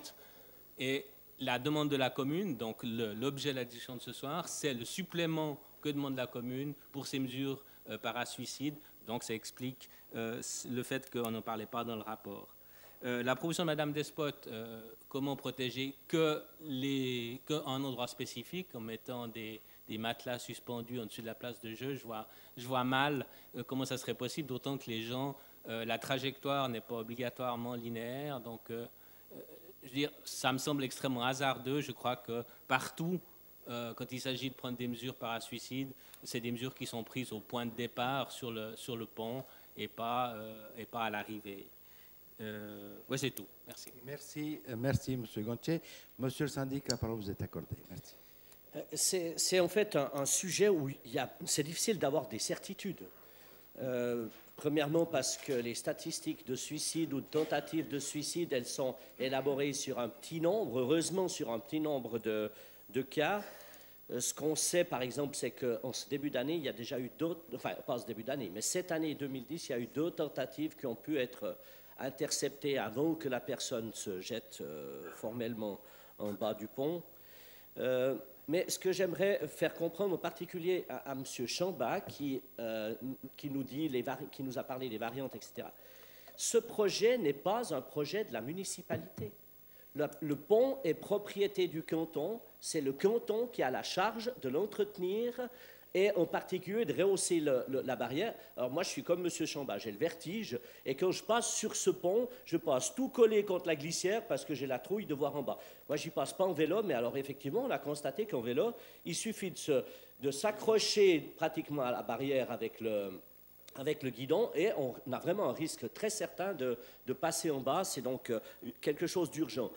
On a attiré l'attention du canton en 2006 sur ce problème. Le canton, qui est maître d'œuvre, a mis ça dans son planning, dans son calendrier d'exécution, et puis c'était d'abord en priorité 3, ensuite en priorité 2, puis maintenant c'est devenu en priorité 1. Donc maintenant le canton, il a son projet qui est prêt. Il a fait ce qu'il doit faire puisqu'il est maître d'œuvre. Il a fait, lui, l'appel d'offres pour trouver l'architecte. Il a fait, lui, on a regardé, j'entends, mais on nous a montré la variante finale. Il a fait, lui, le choix de la variante. Il a fait, lui, qui est responsable de l'Office cantonal de la faune et de la flore, qui est responsable de protection de l'aménagement du territoire et des choses comme ça. Il a consulté tous ces services pour voir quel était le type de protection qui était accepté par l'ensemble des services. La protection de la faune est intervenue pour dire que ça doit être un grillage visible à cause des oiseaux, pour éviter que les oiseaux se prennent dedans. Donc, il y avait déjà ces choix qui ont été imposés par l'ensemble des services cantonaux. Et puis, on est tombé finalement sur on a choisi cette variante du grillage de telle hauteur, de telle couleur, parce que c'est en fait celle qui répondait à l'ensemble de ces exigences. La municipalité, elle a allumé la mèche en 2005 et en 2006. Elle est contente de voir que le canton prend enfin ses responsabilités. Il faut être quand même conscient que le canton paye les 2/3 de la sécurisation anti-suicide, alors qu'il aurait on aurait pu imaginer dans une situation très défavorable qu'ils disent moi, la prévention anti-suicide, c'est une pétition des habitants de Vevey, c'est la ville de Vevey de prendre l'entier des 600 000 francs à charge. Donc le canton prend les 2/3 du financement du système à sa charge. Il nous demande 236 000 francs. Je vous rappelle que l'année dernière, en décembre 2009, on avait mis à notre plan des investissements 250 000 francs pour cette mesure. Donc nous sommes tout à fait dans le tir et je pense que c'est une solution qui paraît raisonnable et je vous invite à accepter ce crédit de 236 000 francs comme vous le propose d'ailleurs votre commission. Merci. Monsieur Christian, vous avez la parole. Oui, pour compléter ce qui vient d'être dit, Monsieur le Président, concernant ces variantes, comme l'a dit Monsieur Gontier, effectivement, c'était essentiellement des variantes techniques et non pas des variantes qui auraient permis au Conseil de faire un choix dans un sens ou dans l'autre. De toute façon, on ne pouvait pas venir avec deux variantes, même s'il avait été possible d'en trouver une telle que la proposition qui avait été faite d'installer des filets. Déjà, cette proposition était techniquement extrêmement délicate sur une longueur de pont comme celle-ci. Pour des raisons techniques, ça aurait été peut-être possible, tout est possible, mais c'est un coût, donc le coût a été totalement disproportionné. Par ailleurs, imaginez que le conseil communal fasse le choix d'une variante A, et puis que le Grand Conseil choisisse la variante B, puisque le Grand Conseil va aussi être amené à se prononcer, bien nous aurions été dans une situation pour le moins délicate. Donc, pour ces raisons-là, il n'est évidemment pas possible de venir avec des variantes. La question qui a été soulevée par Mme Despote, elle est juste. Je veux dire, jusqu'où doit-on aller dans les dépenses relatives à des questions de sécurité? Est-ce qu'on doit protéger les gens malgré leur propre volonté, en dépit de leur propre volonté? Est-ce qu'on doit finalement les protéger malgré eux? Les médecins ont répondu à cette question concernant M. Rappa. C'est un exemple assez concret. Et puis contre la justice, c'est juste. Là, en l'occurrence, effectivement, Mme Despote, c'est un projet qui va bien au-delà de cette question-là. Cette question-là se posait pour Fenil, elle se pose différemment, c'est effectivement le cas, parce qu'il y a une population qui se trouve autour, et je crois que c'est ce qui a motivé la municipalité. Ceci dit, est-ce que dans ce contexte-là, il aurait fallu intervenir que sur la portion où il y a un risque, effectivement, que ça se fasse de visu et qu'il y ait des habitants autour? Ça n'est pas sûr que nous aurions fait une économie, puisque de toute façon, il fallait rehausser la barrière sur l'entier de la surface, parce qu'effectivement, le danger, il existe tout simplement pour des cyclistes sur l'entier de la surface, et non pas sur cette partie, effectivement, qui est proche des tours de Gilamont. Par ailleurs, je suis désolé de parler de cette manière-là, mais il faut savoir que si quelqu'un se jette d'un endroit où la distance, où la hauteur est moins élevée, eh bien, ça peut être, en termes de coût pour la société, beaucoup plus important, parce que c'est quelqu'un qui va s'en sortir, mais qui va peut-être être handicapé à vie. Et ça, on doit en tenir compte aussi. Et c'est la raison pour laquelle il faut faire cette intervention sur l'entier de la surface du pont. Voilà ce que je souhaitais dire en complément. Merci, monsieur le municipal. J'ai plusieurs demandes de parole. Il y en a 3 qui sont inscrits. Je vous demande d'être bref, parce que sinon on ne finira pas. Monsieur Descoster, vous renoncez? Non, vous le prenez. Après M. Descoster, M. Clément, puis après Merci, M. Monsieur le Président. Bastien. Je voulais juste répondre à Mme Voirneau. Sur la question esthétique, j'ai dit que je m'abstenais pour cette question-là, que je me battrais si je voyais que le résultat n'était pas vraiment beau et esthétique, mais que j'aurais l'honnêteté de reconnaître que le résultat est réussi si ça l'est. Voilà. Merci, monsieur. Monsieur Clément, la parole vous est accordée. Monsieur le Président, j'ai une remarque de nouveau. On nous propose une solution à 660 000 francs. Il y a une obligation d'1,30 m, on passe à 3,25 m. Donc, ceci veut dire qu'on choisit une variante qui nous est imposée par le canton, qui fait venir tout plein de spécialistes. Comme c'est tellement haut, il faut faire attention aux petits oiseaux. On tombe dans une espèce de spirale, et puis ensuite on nous dit on est obligé. Non, nous ne sommes pas obligés, et payer 235 000 francs pour faire un super truc expérimentalos, c'est trop cher. Ce que la loi demande, c'est 1,30 m. Et je ne vois pas pourquoi on dépense 235 000 francs. On dit, c'est une obligation cantonale, oui, mais sur les 235 000 francs, on a quand même notre mot à dire, et je trouve que c'est trop cher.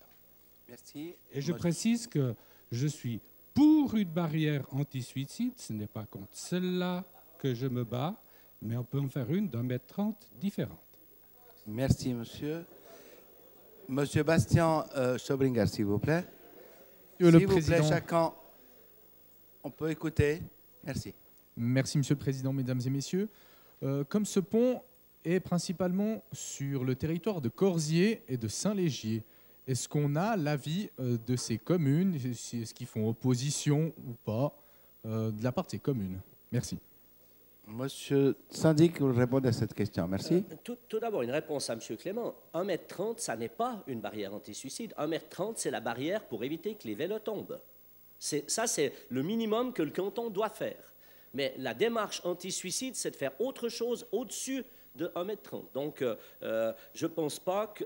Enfin, l'étude a été faite. Nous, on nous a d'abord parlé... Alors, je vous rassure pour le montant, M. Clément. Les premières indications qu'on a eues en 2008, c'était plutôt de l'ordre de 800 000 francs à 1 million pour la partie anti-suicide. Donc, visiblement, le canton a essayé de restreindre l'investissement et il est arrivé à 660 000 francs. Alors maintenant, c'est vrai que vous avez toujours la possibilité de dire non. Mais en disant non, vous dites très clairement non à une demande qui émane quand même d'une pétition de la population et vous dites non à une solution qui permet d'éviter les suicides à cet endroit. C'est simplement ça. Par contre, la question de M. Schobinger, le pont n'est pas sur le territoire de Saint-Légier. Le territoire de Saint-Légier s'arrête au rond-point, en réalité. Et puis, il est un tout petit bout sur Corzier. Mais Corzier nous a dit, nous, on a refait, sans rien demander à Vevey, ils ont refait leur rond-point au bout du pont. Ils n'ont pas sollicité Vevey pour ça. Ils disent donc, vous ne nous sollicitez pas pour quelque chose qui concerne vraiment votre territoire, puisque les gens qui se suicideraient par malheur tombent effectivement sur le territoire de Vevey et pas sur celui de Corzier. Ah, ils ont payé, et je m'excuse, ils ont payé les barrières anti-suicide de Fenil aussi. Merci, vous voyez. Merci. Attendez, si tout le monde veut répondre, on ne s'en sortira pas. Est-ce que vous rajoutez que l'interprétateur veut juste me demander de dire quelque chose? Le rapporteur, juste me dire quelque chose. Je vous l'accorde, M. Gontier, allez-y. Alors, juste deux choses. D'abord, par rapport à la prévention, je pense que le fait que ce pont soit très près de la ville, et ce qu'on a dit tout à l'heure sur le fait d'actes impulsifs, le fait de devoir réfléchir, éventuellement même devoir faire quelques kilomètres pour trouver un pont adéquat, ça peut être justement le déclencheur du renoncement au suicide. Donc c'est d'autant plus important de le faire sur ce pont-là que sur un pont qui serait à 10 km de la ville, du réservoir de potentiel suicidé. Deuxième chose, M. Clément a raison sur une chose, on peut refuser. On peut dire on ne veut pas ces 236 000 francs, le canton ne dépensera pas les 400 et quelques mille qui font l'appoint, et on aura une barrière standard, normale, imposée d'1,30 m qui ne sera pas un dispositif anti-suicide. C'est le choix, il existe, mais c'est ce choix-là qu'on a ce soir et pas un autre. Oui ou non à ces 236 000 francs, oui ou non à un dispositif anti-suicide, c'est ça. Merci, M. Gontier, d'avoir rappelé ça, parce qu'en définitive, nous devons voter des conclusions d'un rapport, et ce conseil a l'attitude de dire oui ou non. Et donc, c'est ce qu'il incombe. Sinon, c'est le travail de commission. Je crois que vous voulez vous rajouter quelque chose au débat, M. Bastien et M. Lisboa. Merci, M. le Président. Monsieur le syndic, ce n'était pas vis-à-vis des coûts que je posais cette question. Mais j'ai eu des échos comme quoi certains conseillers communaux de Corzier, sur lequel il y a quand même un bon bout du pont qui est sur territoire de Corzier, s'opposaient ou bien attendaient des remarques. Et je voulais juste savoir s'il y avait des remarques de la part de Corzier qui a été fait à Vevey. Merci. Alors, répondez. J'ai une réponse, mais je tiens bien à préciser que nous ne sommes pas maîtres d'ouvrage dans cet objet. Hein. C'est le canton qui est maître d'ouvrage. C'est le canton qui a mis l'objet à l'enquête, et c'est au canton que que le conseil, ou je ne sais pas si c'est la municipalité ou le conseil communal de Corzier, a écrit pour faire une remarque. Je crois que c'est une remarque qu'ils ont fait, ce n'est pas une opposition, une remarque quant à l'esthétique du projet. Parce qu'ils n'ont pas vu les photomontages et les choses comme ça, ils ont vu que le grillage qui est installé actuellement en place. Mais nous, en tant que municipalité, on a reçu copie du dossier de mise à l'enquête, c'est tout. Ce n'est pas à nous que c'était adressé. D'accord, mais vous avez connaissance d'une observation de la... Voilà, merci. Donc, pour M. Lisboa, la parole vous est accordée. Et après, je clôt le débat. Bonsoir, monsieur et madame, monsieur le président, monsieur le syndic. Et voilà, moi, j'aimerais demander si on pourrait demander au canton qu'on n'aime pas beaucoup la grillage qui est présentée pour le canton. Si on pourrait proposer une autre chose. Personnellement, je trouve la grillage un peu employé, mais on est pour une question anti-suicide. On doit, je pense que c'est bien de gaspiller 500 millions de francs pour lutter contre les problèmes des enfants qui veulent se suicider. Je trouve que c'est très bien. Et seulement la question de la grillage en soi. Je demande si ici, à la municipalité ou le conseil communal, s'il peut faire une autre proposition au canton, une autre chose. Merci Monsieur Lisboa. Monsieur le syndic.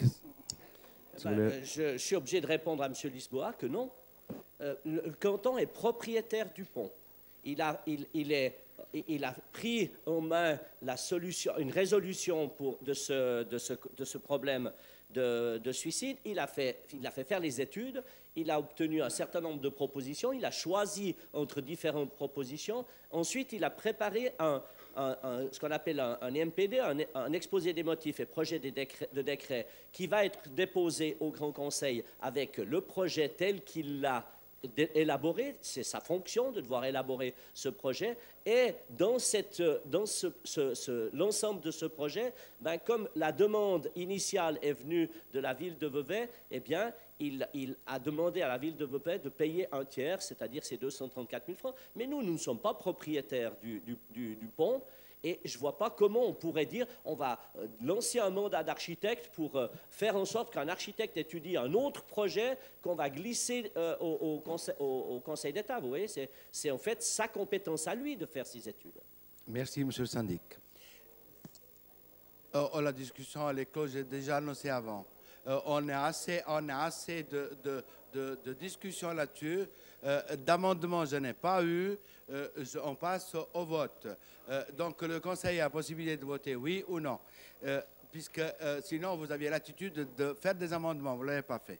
Alors, on passe au vote. La discussion est close sur ce sujet. Celles et ceux qui sont d'accord de voter les conclusions de ce rapport par l'affirmative sont priés de lever la main. Merci beaucoup. Ceux qui sont contre, une voix contre, les abstentions et pas mal d'abstentions. Le rapport étant accepté. Merci beaucoup.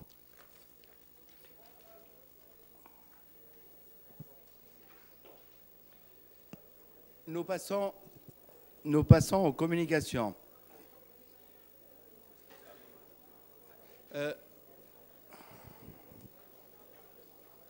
Merci.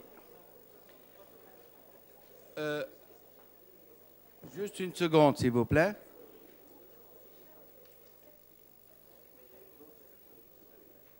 Donc, vous dites c'est bon.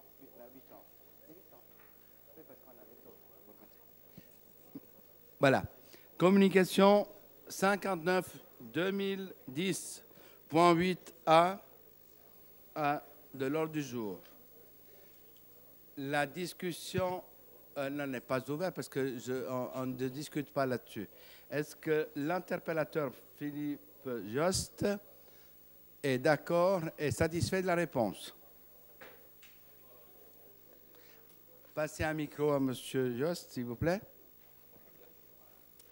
Monsieur le Président, Messieurs les municipaux, chers collègues, 2 points de la réponse me satisfont. En premier lieu, le fait que les discussions soient en cours avec les différents acteurs gérant les parkings de la ville afin de mieux coordonner les places ouvertes au public. J'approuve également qu'un changement de nom du parking du Panorama soit envisagé et qu'une discussion avec les différents acteurs locaux aura lieu à ce sujet. Mes questions ont suscité une réponse, l'inverse est également valable. Vos réponses suscitent deux petites questions de ma part. En effet, les buts visés par la mise en place d'une signalétique culturelle sont un peu flous. Cette signalétique est-elle dite de nature culturelle car elle a pour but de mieux indiquer les endroits culturels tels que le rocking chair ou le théâtre? Si tel est le cas, comment et par qui le problème de signalétique globale est-il géré? La culture et les parkings me semblent en effet n'être qu'un pan de la problématique générale. Merci. Merci, M. Yost. Nous passons... Pardon? Ah, excusez-moi, je ne vous avais pas vu. M. Girardin, s'il vous plaît. Merci. Oui, merci. Merci, Monsieur le Président, Mesdames et Messieurs. En effet, il y a le plan de la signalétique culturelle, le plan de la signalétique, je dirais, des parkings, des différents lieux. On profite, comme vous le voyez dans la communication C62, de cet aspect culturel, de la mise en place de l'ensemble de la signalétique aussi, de profiter des changements de législation au niveau de la LCR, sur la circulation routière, pour faire, depuis quelques mois maintenant, un peu d'ordre de l'ensemble des panneaux. Ça prend du temps. On était juste avant l'hiver sur toute la problématique des remarquages d'un certain nombre d'endroits, puisque c'est la cellule signalisation de sécurité Riviera qui s'occupe de cette problématique-là en termes de signalisation. Donc, je concède qu'il y a effectivement un énorme travail à faire en termes de meilleure signalisation, d'indication par où passer pour aller à l'autoroute, par exemple, par où passer lorsque l'on vient depuis l'autoroute. Je prendrais l'exemple aujourd'hui qui peut poser problème, c'est par où font passer les GPS pour se rendre à différents endroits dans la ville.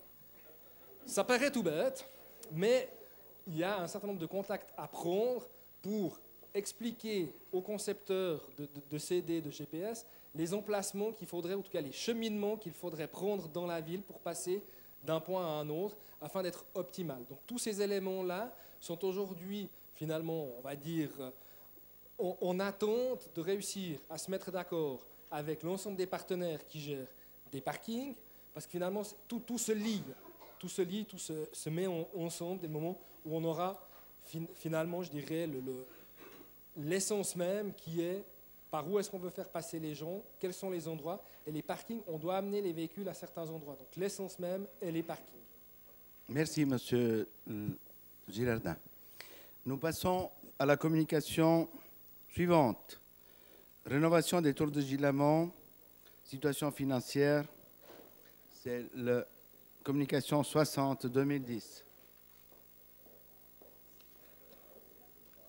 Monsieur Narbel, vous demandez la parole, elle vous est accordée. Merci, Monsieur le Président, chers collègues. C'est la tour de Gilamont. Et membres de la municipalité, tout en regrettant cette hausse des coûts de 1 200 000, je remercie la municipalité de nous informer sur l'avancement des choses en cours de travaux, ce qui est une bonne chose, et de nous donner un certain nombre d'informations et de détails en annexe. Et j'ai deux questions. La première au sujet de l'annexe à la page 1, au premier tiers, le poste 228.2 et point 3. Je remarque que l'on a pu réaliser une économie de plus de 50% sur l'estimation des coûts concernant les stores. Est-ce qu'on a changé complètement de projet ou est-ce qu'on s'est complètement trompé dans l'estimation?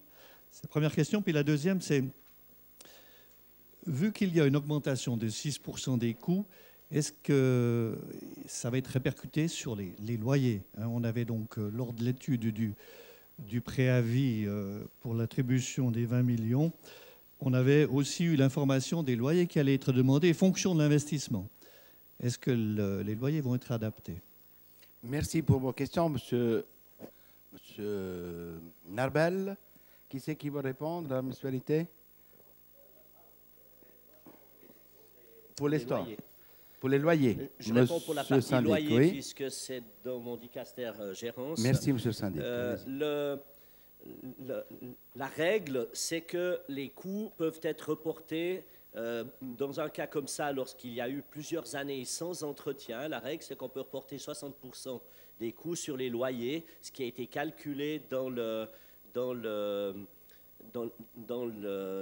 préavis que nous vous avons présenté, qui donnait un rendement de X%, j'ai plus en tête. Les gens qui sont maintenant dans les appartements ont été avertis qu'ils auraient ultérieurement ces loyers. Donc, pour les gens qui sont en place, on s'en tiendra aux loyers qui leur ont été annoncés. Par contre, il y a un certain nombre d'appartements qui sont vides pour lesquels on louera en respectant le critère des 60% et en tenant compte de l'augmentation. Et également, lorsque les personnes qui sont actuellement dans les appartements quitteront, on réadaptera les loyers en fonction de ce rendement de 60% prévu pour la hausse du coût.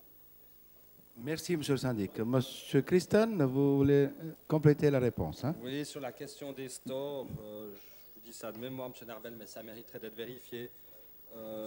On a trouvé un système effectivement de store qui était meilleur marché que prévu au départ, mais je vérifierai encore cette information pour vous le confirmer. Merci beaucoup. Monsieur Toscher. Une question au sujet des panneaux solaires photovoltaïques. Je voudrais demander pourquoi. Donc, on fait une économie de 165 000 francs. Ça veut dire, j'imagine, qu'on a renoncé à poser des panneaux solaires. Et j'aimerais savoir pourquoi. Merci. Nous avons renoncé tout simplement parce qu'à un moment donné, nous avons souhaité faire un certain nombre de choix. Plusieurs propositions nous ont été faites d'économie par notre mandataire, M. Benninger.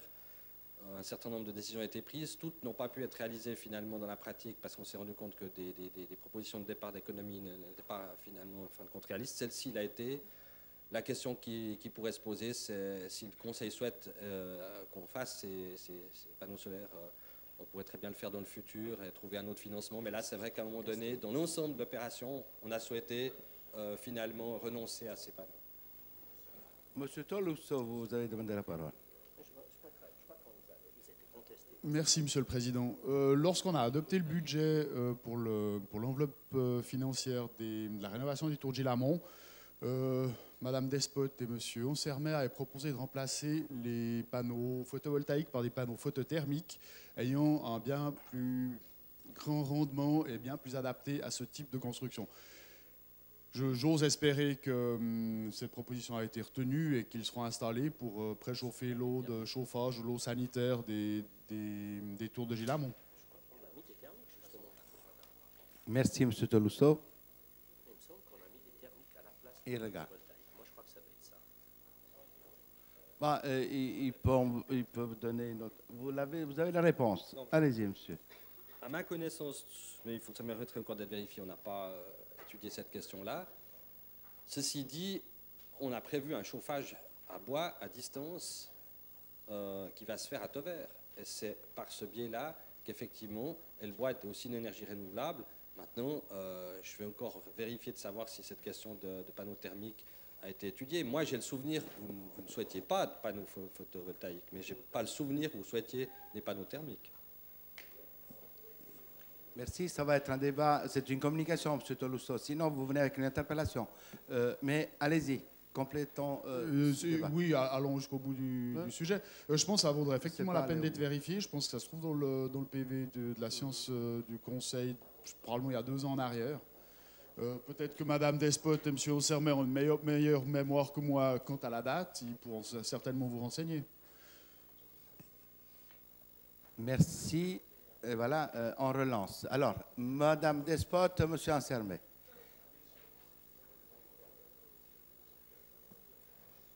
Si vous avez une meilleure oui, très rapidement, pour...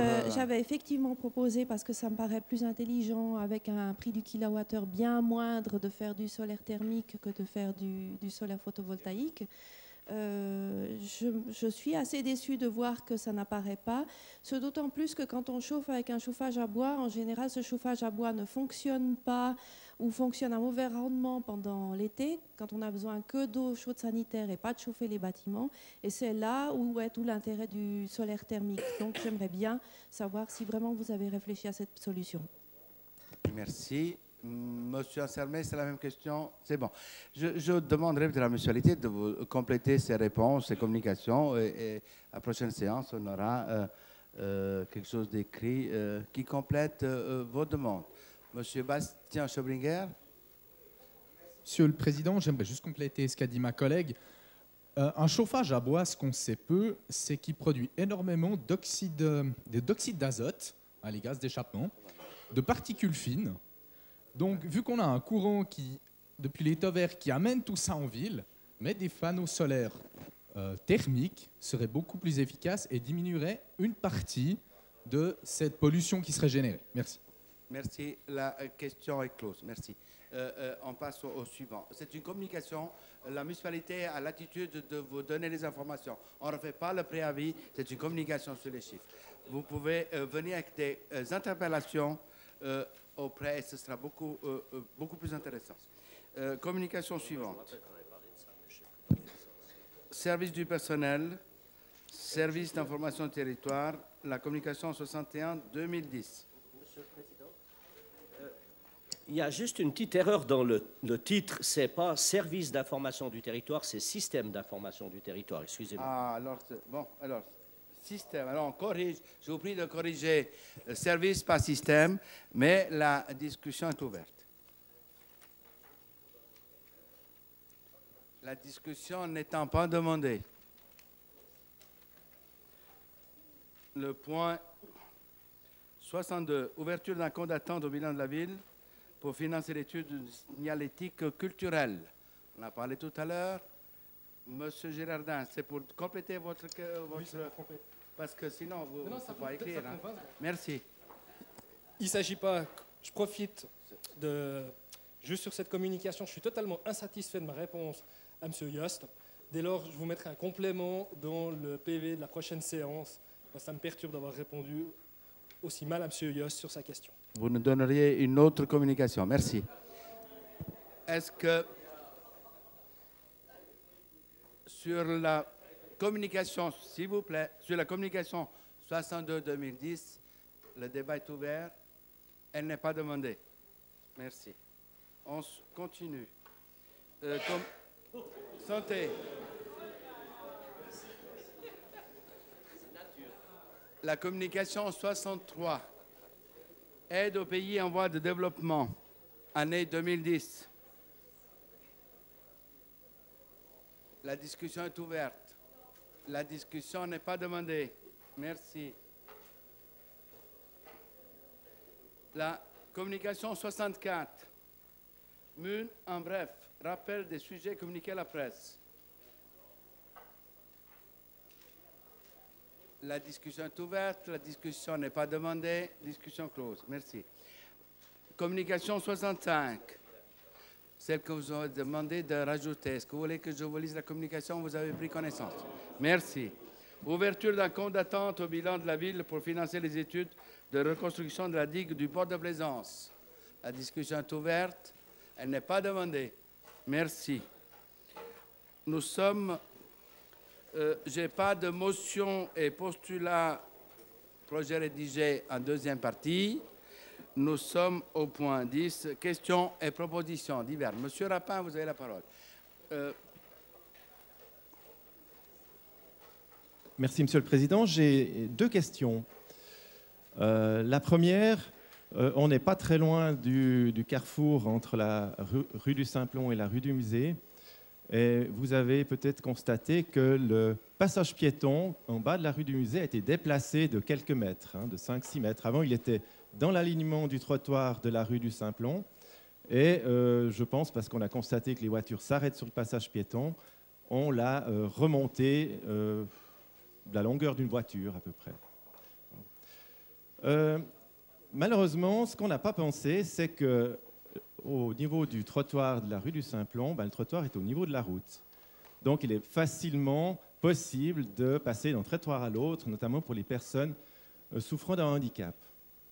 Il a été déplacé de 5 mètres, et là, on arrive sur un trottoir qui a une borne d'une dizaine de centimètres. On constate que finalement, ça montre bien que l'interpellation que M. Nérou et M. Favre ont déposée mérite toute son attention. Je dirais même qu'elle est très importante et qu'on attend donc impatiemment une réponse sur cette interpellation. Merci, Je trouve monsieur. Ah, pardon. dommage qu'on fasse une modification, on résout un problème et finalement, ça l'amène en autre. Je poserai maintenant ma deuxième question, si vous voulez. Allez-y. Voilà. Deuxième question, ça m'arrive de temps en temps d'aller voir les enquêtes publiques, ça peut être intéressant. Il y en a beaucoup actuellement. Et puis, il y en a une qui m'a interpellé. C'est la requête visant à l'abattage des 2 arbres qui sont devant l'entrée principale de la gare. Il n'y a aucune précision sur le pourquoi du comment de cette demande. Est-ce qu'on pourrait avoir quelques explications et surtout également sur ce que ça signifie comme aménagement, comme transformation? Merci. Merci, monsieur Rapin. Je crois que dans la municipalité, quelqu'un veut répondre. Comme ça, on clôt le sujet. Merci. Monsieur Martin, vous Monsieur avez le la parole. Président, Mesdames et Messieurs, comme c'est mon domaine, les arbres, il est vrai qu'on répond à une demande à la fois des CFF et des gens, des hôteliers de la place de la gare, qui demandent à ce qu'on éclaircisse quelque peu le devant de la gare. Alors actuellement, il y a l'enquête en cours. Je ne crois pas qu'on ait reçu d'opposition pour l'instant, j'en sais rien, mais s'il n'y a pas de recours, ben, nous abattrons ces arbres prochainement. Merci. Et pour le trottoir, est-ce que quelqu'un... Merci. Monsieur Girardin. Oui, Monsieur le Président, Mesdames et Messieurs, effectivement, le passage piéton a été déplacé dans le cadre de l'augmentation de la circulation sur l'avenue du Musée pour mieux répondre finalement aux besoins des véhicules et laisser pouvoir passer les piétons, je dirais, dans un endroit plus sécurisé qu'aujourd'hui. Bien évidemment, il est malheureux que nous n'ayons pas encore déplacé la bordure au même temps que le passage piéton. On réglera ça dans les meilleurs délais, bien évidemment. Merci, monsieur Girardin. Vous n'êtes pas satisfait de la réponse? Allez-y, Pas monsieur. tout à fait, parce qu'il se trouve que les 2 arbres en question sont classés et qu'il n'y a pas de compensation, donc ce serait peut-être aussi intéressant qu'on ait une explication. Merci. Monsieur Martin, voilà. C'est classé, pas classé? Ils ne sont pas classés, à ma connaissance. Ils sont protégés. Mais ce qui veut dire que les CFF attendent qu'on enlève ces arbres pour refaire les façades de la gare aussi. Voilà l'information que je peux vous donner. Puis on a un problème aussi d'éclairage sur cette place qu'on doit absolument améliorer, d'où l'obligation d'enlever ces 2 arbres. Une suggestion, peut-être les mettre en bas de la place du marché. Ah, écoute, excusez-moi. Merci, monsieur Clément, monsieur Roduit et monsieur Riesen. Je vous prie d'être rapide. Merci. Oui, Monsieur le Président, j'ai une demande à faire à la municipalité. Aujourd'hui, il y a un parking près de la Tour Saint-Jean qui sert d'un dépôt de chantier et qui va rester là tout l'hiver jusqu'à ce qu'on reprenne les travaux de l'année prochaine. Sachant que déjà ce secteur de la ville souffre et qu'il y a eu tous les travaux qui sont en route, tous les changements, toutes les suppressions de places de parc, est-ce qu'il serait possible d'enlever ce dépôt de chantier qui occupe inutilement des places de parc et péjore l'activité des commerces dans la région de là-bas, de le mettre à un autre endroit et de l'installer également dans un autre endroit quand on reprendra les travaux dans cette région? Merci beaucoup, monsieur. Une rapide réponse, merci. Bon, tout d'abord, on a étudié toutes les solutions possibles, imaginables pour essayer de libérer cet espace-là et voir s'il n'y avait pas moyen d'installer ceci ailleurs, mais on n'a pas trouvé de solution. Alors c'est vrai que la proposition que vous faites là maintenant, c'est de dire est-ce qu'il n'est pas possible de le faire pendant les vacances exclusivement.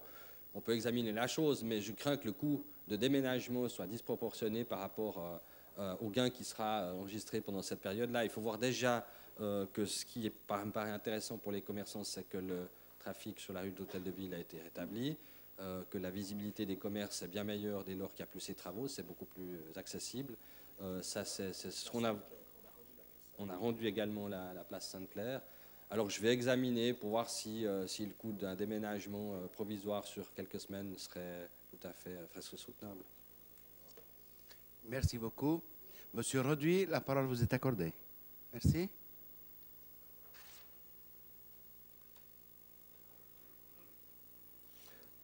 Monsieur le Président, chers collègues, la place Robin avait fêté il y a 4 ans en arrière son centenaire.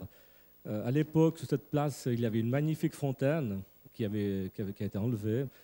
Et j'ai jamais vu de photo de cette fontaine. Si quelqu'un aurait par hasard une telle photo, ben, je serais content de la voir. À l'occasion du centenaire de la place Robin, l'association du quartier, on a fait un projet pour remplacer cette fontaine parce que actuellement, les enfants, en été, le seul endroit qu'ils ont pour aller boire, ce sont les WC publics. Et puis, c'est toujours vraiment désagréable de voir ces enfants devoir rentrer dans les WC publics pour boire de l'eau. Alors, l'association avait fait un projet qui avait été transmis à la municipalité. Puis, bon, il semble que la municipalité était partant. On m'avait dit que cette année, il y avait quelque chose qui allait être mis en route. Et puis, bon, rien n'a été fait. Alors, est-ce qu'il y a quelque chose qui va se faire? Merci.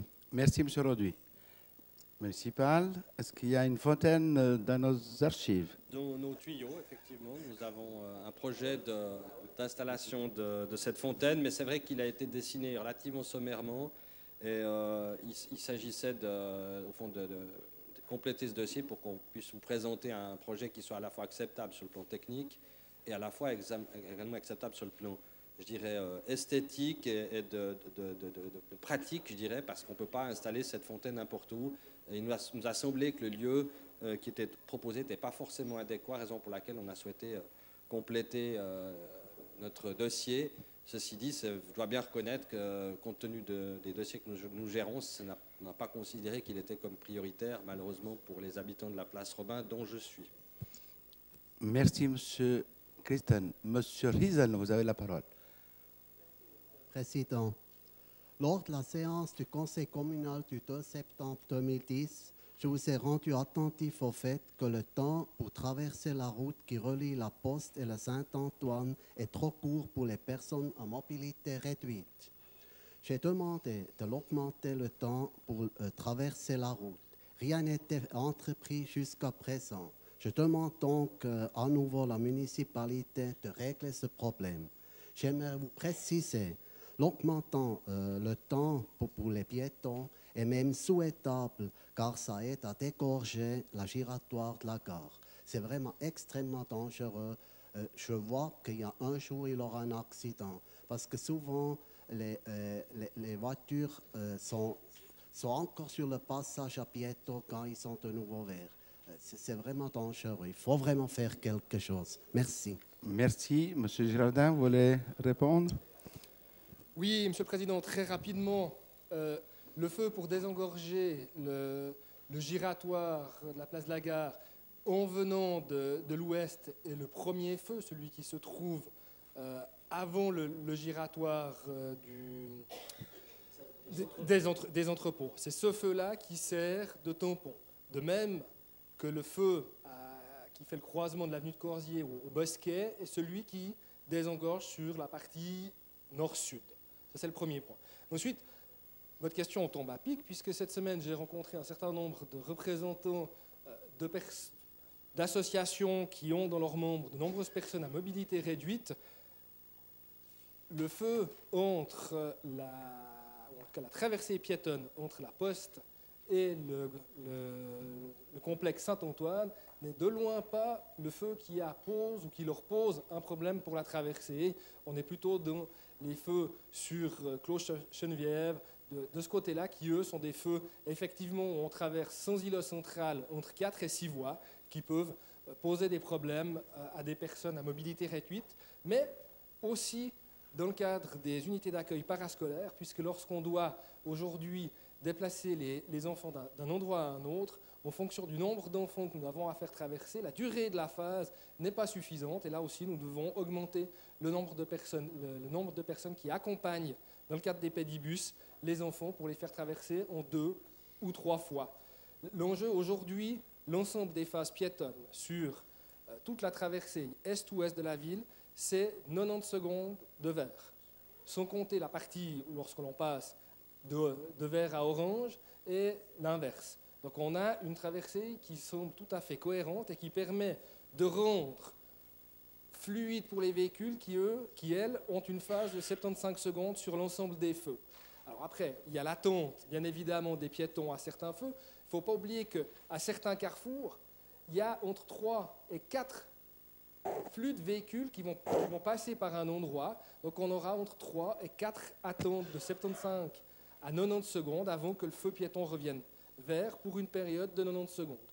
Donc il est vrai que dans certains emplacements, ça peut être court, mais jusqu'à aujourd'hui, nous n'avons pas constaté de problématiques majeures ni d'accidents sur l'ensemble de ces traversées piétonnes. Merci, M. Girardin. Je prends la dernière. Vous n'êtes pas satisfait de la réponse, monsieur? Juste ajouter quelque chose. J'ai regardé, il y a exactement 13 secondes pour traverser cette route, et puis elle est très large. Jusqu'au moment où ça vient vert pour les piétons et orange. 13 secondes, monsieur le municipal. C'est vraiment très, très peu. Alors, on peut quand même augmenter au moins le double de ça. Merci. Ils vont tenir compte de vos observations, puis peut-être ils vont reminuter comme il faut. Merci beaucoup. Je donne la parole au dernier pour ce soir, pour les divers, parce qu'après on va clore. Monsieur Buty, la parole vous est accordée. Merci, Monsieur le Président. Mesdames, Messieurs, c'est juste, je ne vais pas prolonger excessivement pour qu'on passe rapidement aux ACAP. En lisant le bulletin d'information de l'association Police Riviera, au point 9, il y a tout un tas d'informations sur les marchés de Noël dans la région. Et je suis juste surpris de constater qu'il n'y a aucune mention des activités à Vevey. Soit c'est parce qu'au mois d'octobre, quand a été rédigé ce bulletin, on ne savait pas encore qu'il y aurait les animations de Noël, soit c'est parce que les policiers estiment qu'il n'y a aucun problème de sécurité peut-être dans ce marché, ce que j'espère. Mais je voulais juste signaler la chose pour que l'année prochaine, cet oubli soit comblé. Merci. C'est peut-être parce qu'ils n'ont rien à faire à Vevey. Merci. Monsieur Girardin, très court, s'il vous plaît.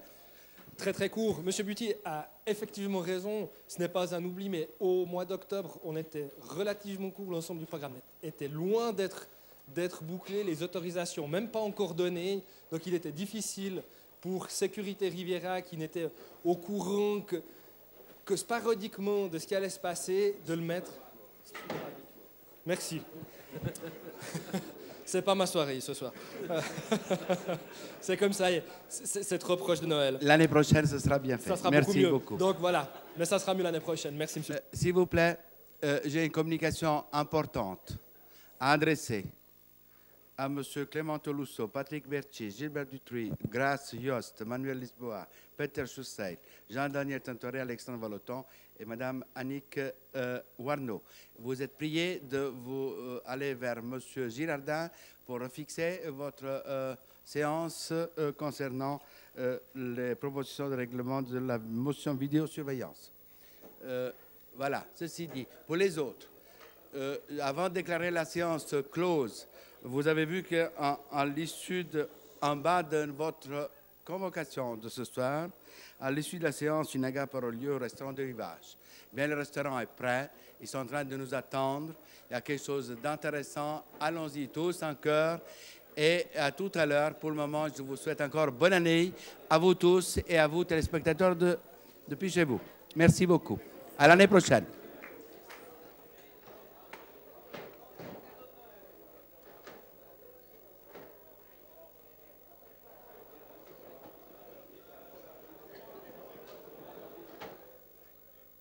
Voilà, mesdames et messieurs, vous avez suivi avec nous cette séance du Conseil communal qui, avec un ordre du jour assez restreint, a quand même duré un certain temps. Je rappelle pour ceux qui n'ont pas suivi l'entier de cette séance les décisions principales qui ont été prises par le Conseil. Le Conseil, sur la base de rapports des commissions ad hoc, ont adopté les 2 points suivants. La modification des statuts de Sécurité Riviera afin d'intégrer l'Office régional de la protection civile dans l'association de communes. Et puis, le Conseil communal de Vevey a adopté la demande de crédit demandée ou déposée par la municipalité pour une participation financière au projet cantonal de mise en place d'une barrière parasuicide sur le pont de Gilamont, la part de Vevey s'élevant à 236 000 francs sur les 666 000 qui sont consacrés à cette affaire de protection contre les suicides, sachant que le pont de Gilamont fera l'objet d'une restauration et d'une mise à niveau au niveau de la sécurité des barrières des barrières qui sont destinées à protéger les piétons et les cyclistes pour un montant qui dépasse 1 million et demi, je crois. Voilà. À part cela, eh bien, le conseil communal a pris connaissance des communications qui lui ont été adressées à la municipalité. Ça faisait partie du dernier quart de la séance, vraisemblablement, que vous avez pu y assister. Sinon, vous retrouverez ça dans votre presse préférée. Cela étant, je signale que le conseil communal a renvoyé à la municipalité pour réponse écrite 3 interpellations. La première, celle de M. Étienne Rivier, intitulée « Un centre de jour spécialisé pour accueillir des patients atteints de la maladie d'Alzheimer ». Une deuxième interpellation, celle de M. Éric Hoguet, intitulée « Vente de vin chaud » à la foire de la Saint-Martin. Il s'agissait de la vente de vin qui s'était effectuée chaque année, de vin chaud, lors de la foire de la Saint-Martin, qui était interdite par la police cette année sur la base d'une nouvelle loi à cet égard. Et l'interpellateur s'interroge, sachant que dans d'autres lieux, dans d'autres villes de ce canton, eh bien, ce vin chaud continue à être vendu. Cela étant, ce vin peut être distribué aux passants, aux chalands, lesquels peuvent marquer leur reconnaissance en faisant un don, cas échéant. Alors, la municipalité répondra à cette interpellation. Et puis, une troisième interpellation de M. Serge Doriot, intitulée « Saint-Martin, ne vois-tu rien venir comme cadeau de Noël ?» Il s'agit de la saga concernant l'installation l'installation d'un nouveau mât à drapeau sur l'église Saint-Martin. Suite à une longue ou à plusieurs études qui ont été faites et à des prix qui sont estimés exagérés ou exorbitants, eh bien, la municipalité a mis la pédale douce sur ce dossier. Et M. Doriot fait part de l'intérêt de la population à voir ce nouveau mât installé pour que l'on puisse y faire flotter différents drapeaux lors de manifestations veuvezannes, nationales ou à caractère international. La municipalité reprendra cette question en répondant par écrit à cette interpellation. Voilà pour résumer ce qui s'est passé ce soir. Je vous donne d'ores et déjà rendez-vous à la prochaine séance qui aura lieu, la première de l'année 2011, qui aura lieu le jeudi 27 janvier, où nous prendrons l'antenne à 19h40. Pour l'heure, je vous souhaite d'excellentes fêtes de fin d'année et d'ores et déjà une excellente année 2011. Merci de nous avoir suivis. Au revoir.